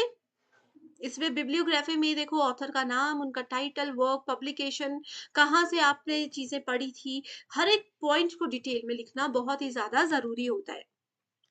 बहुत बार एग्जाम में क्वेश्चन आया कि बिब्लियोग्राफी क्या है? सो बिब्लियोग्राफी में लिस्ट ऑफ बुक्स होती है जहाँ से आपने रेफरेंस लिया था, वो बुक्स जिन्होंने आपको मदद की थी आपके रिसर्च को सक्सेसफुल करने में। Stages application of ICT in research is relevant, तो देख सकते हो answer. Survey of related studies important है, फिर डेटा को एनालाइज किया जाता है, फिर इंडेक्सिंग की जाती है रेफरेंसेस में। डिसएडवांटेजेस ऑफ ऑनलाइन रिसर्च, अब देखो रिसर्च में ना मेथड्स भी बहुत सारे ऑनलाइन टूल्स हैं, जैसे कि शोध गंगा, शोध गंगोत्री, ये जो जितने भी आईसीटी यानी कि information communication technology plus research के जो पार्ट्स होते हैं, इनको हम अलग से सेपरेट सेशन में डिस्कस करेंगे। अगर आपने अभी तक नहीं पढ़ा है कि शोध गंगा, शोध गंगोत्री ये सब चीजें क्या होती हैं, तो बस कमेंट एक बार जरूर कीजिएगा। ऑनलाइन रिसर्च के क्या क्या नुकसान है, एक्सपेंसिव तो नहीं होती, घर बैठे-बैठे आपको चीज़ें मिल जाती हैं।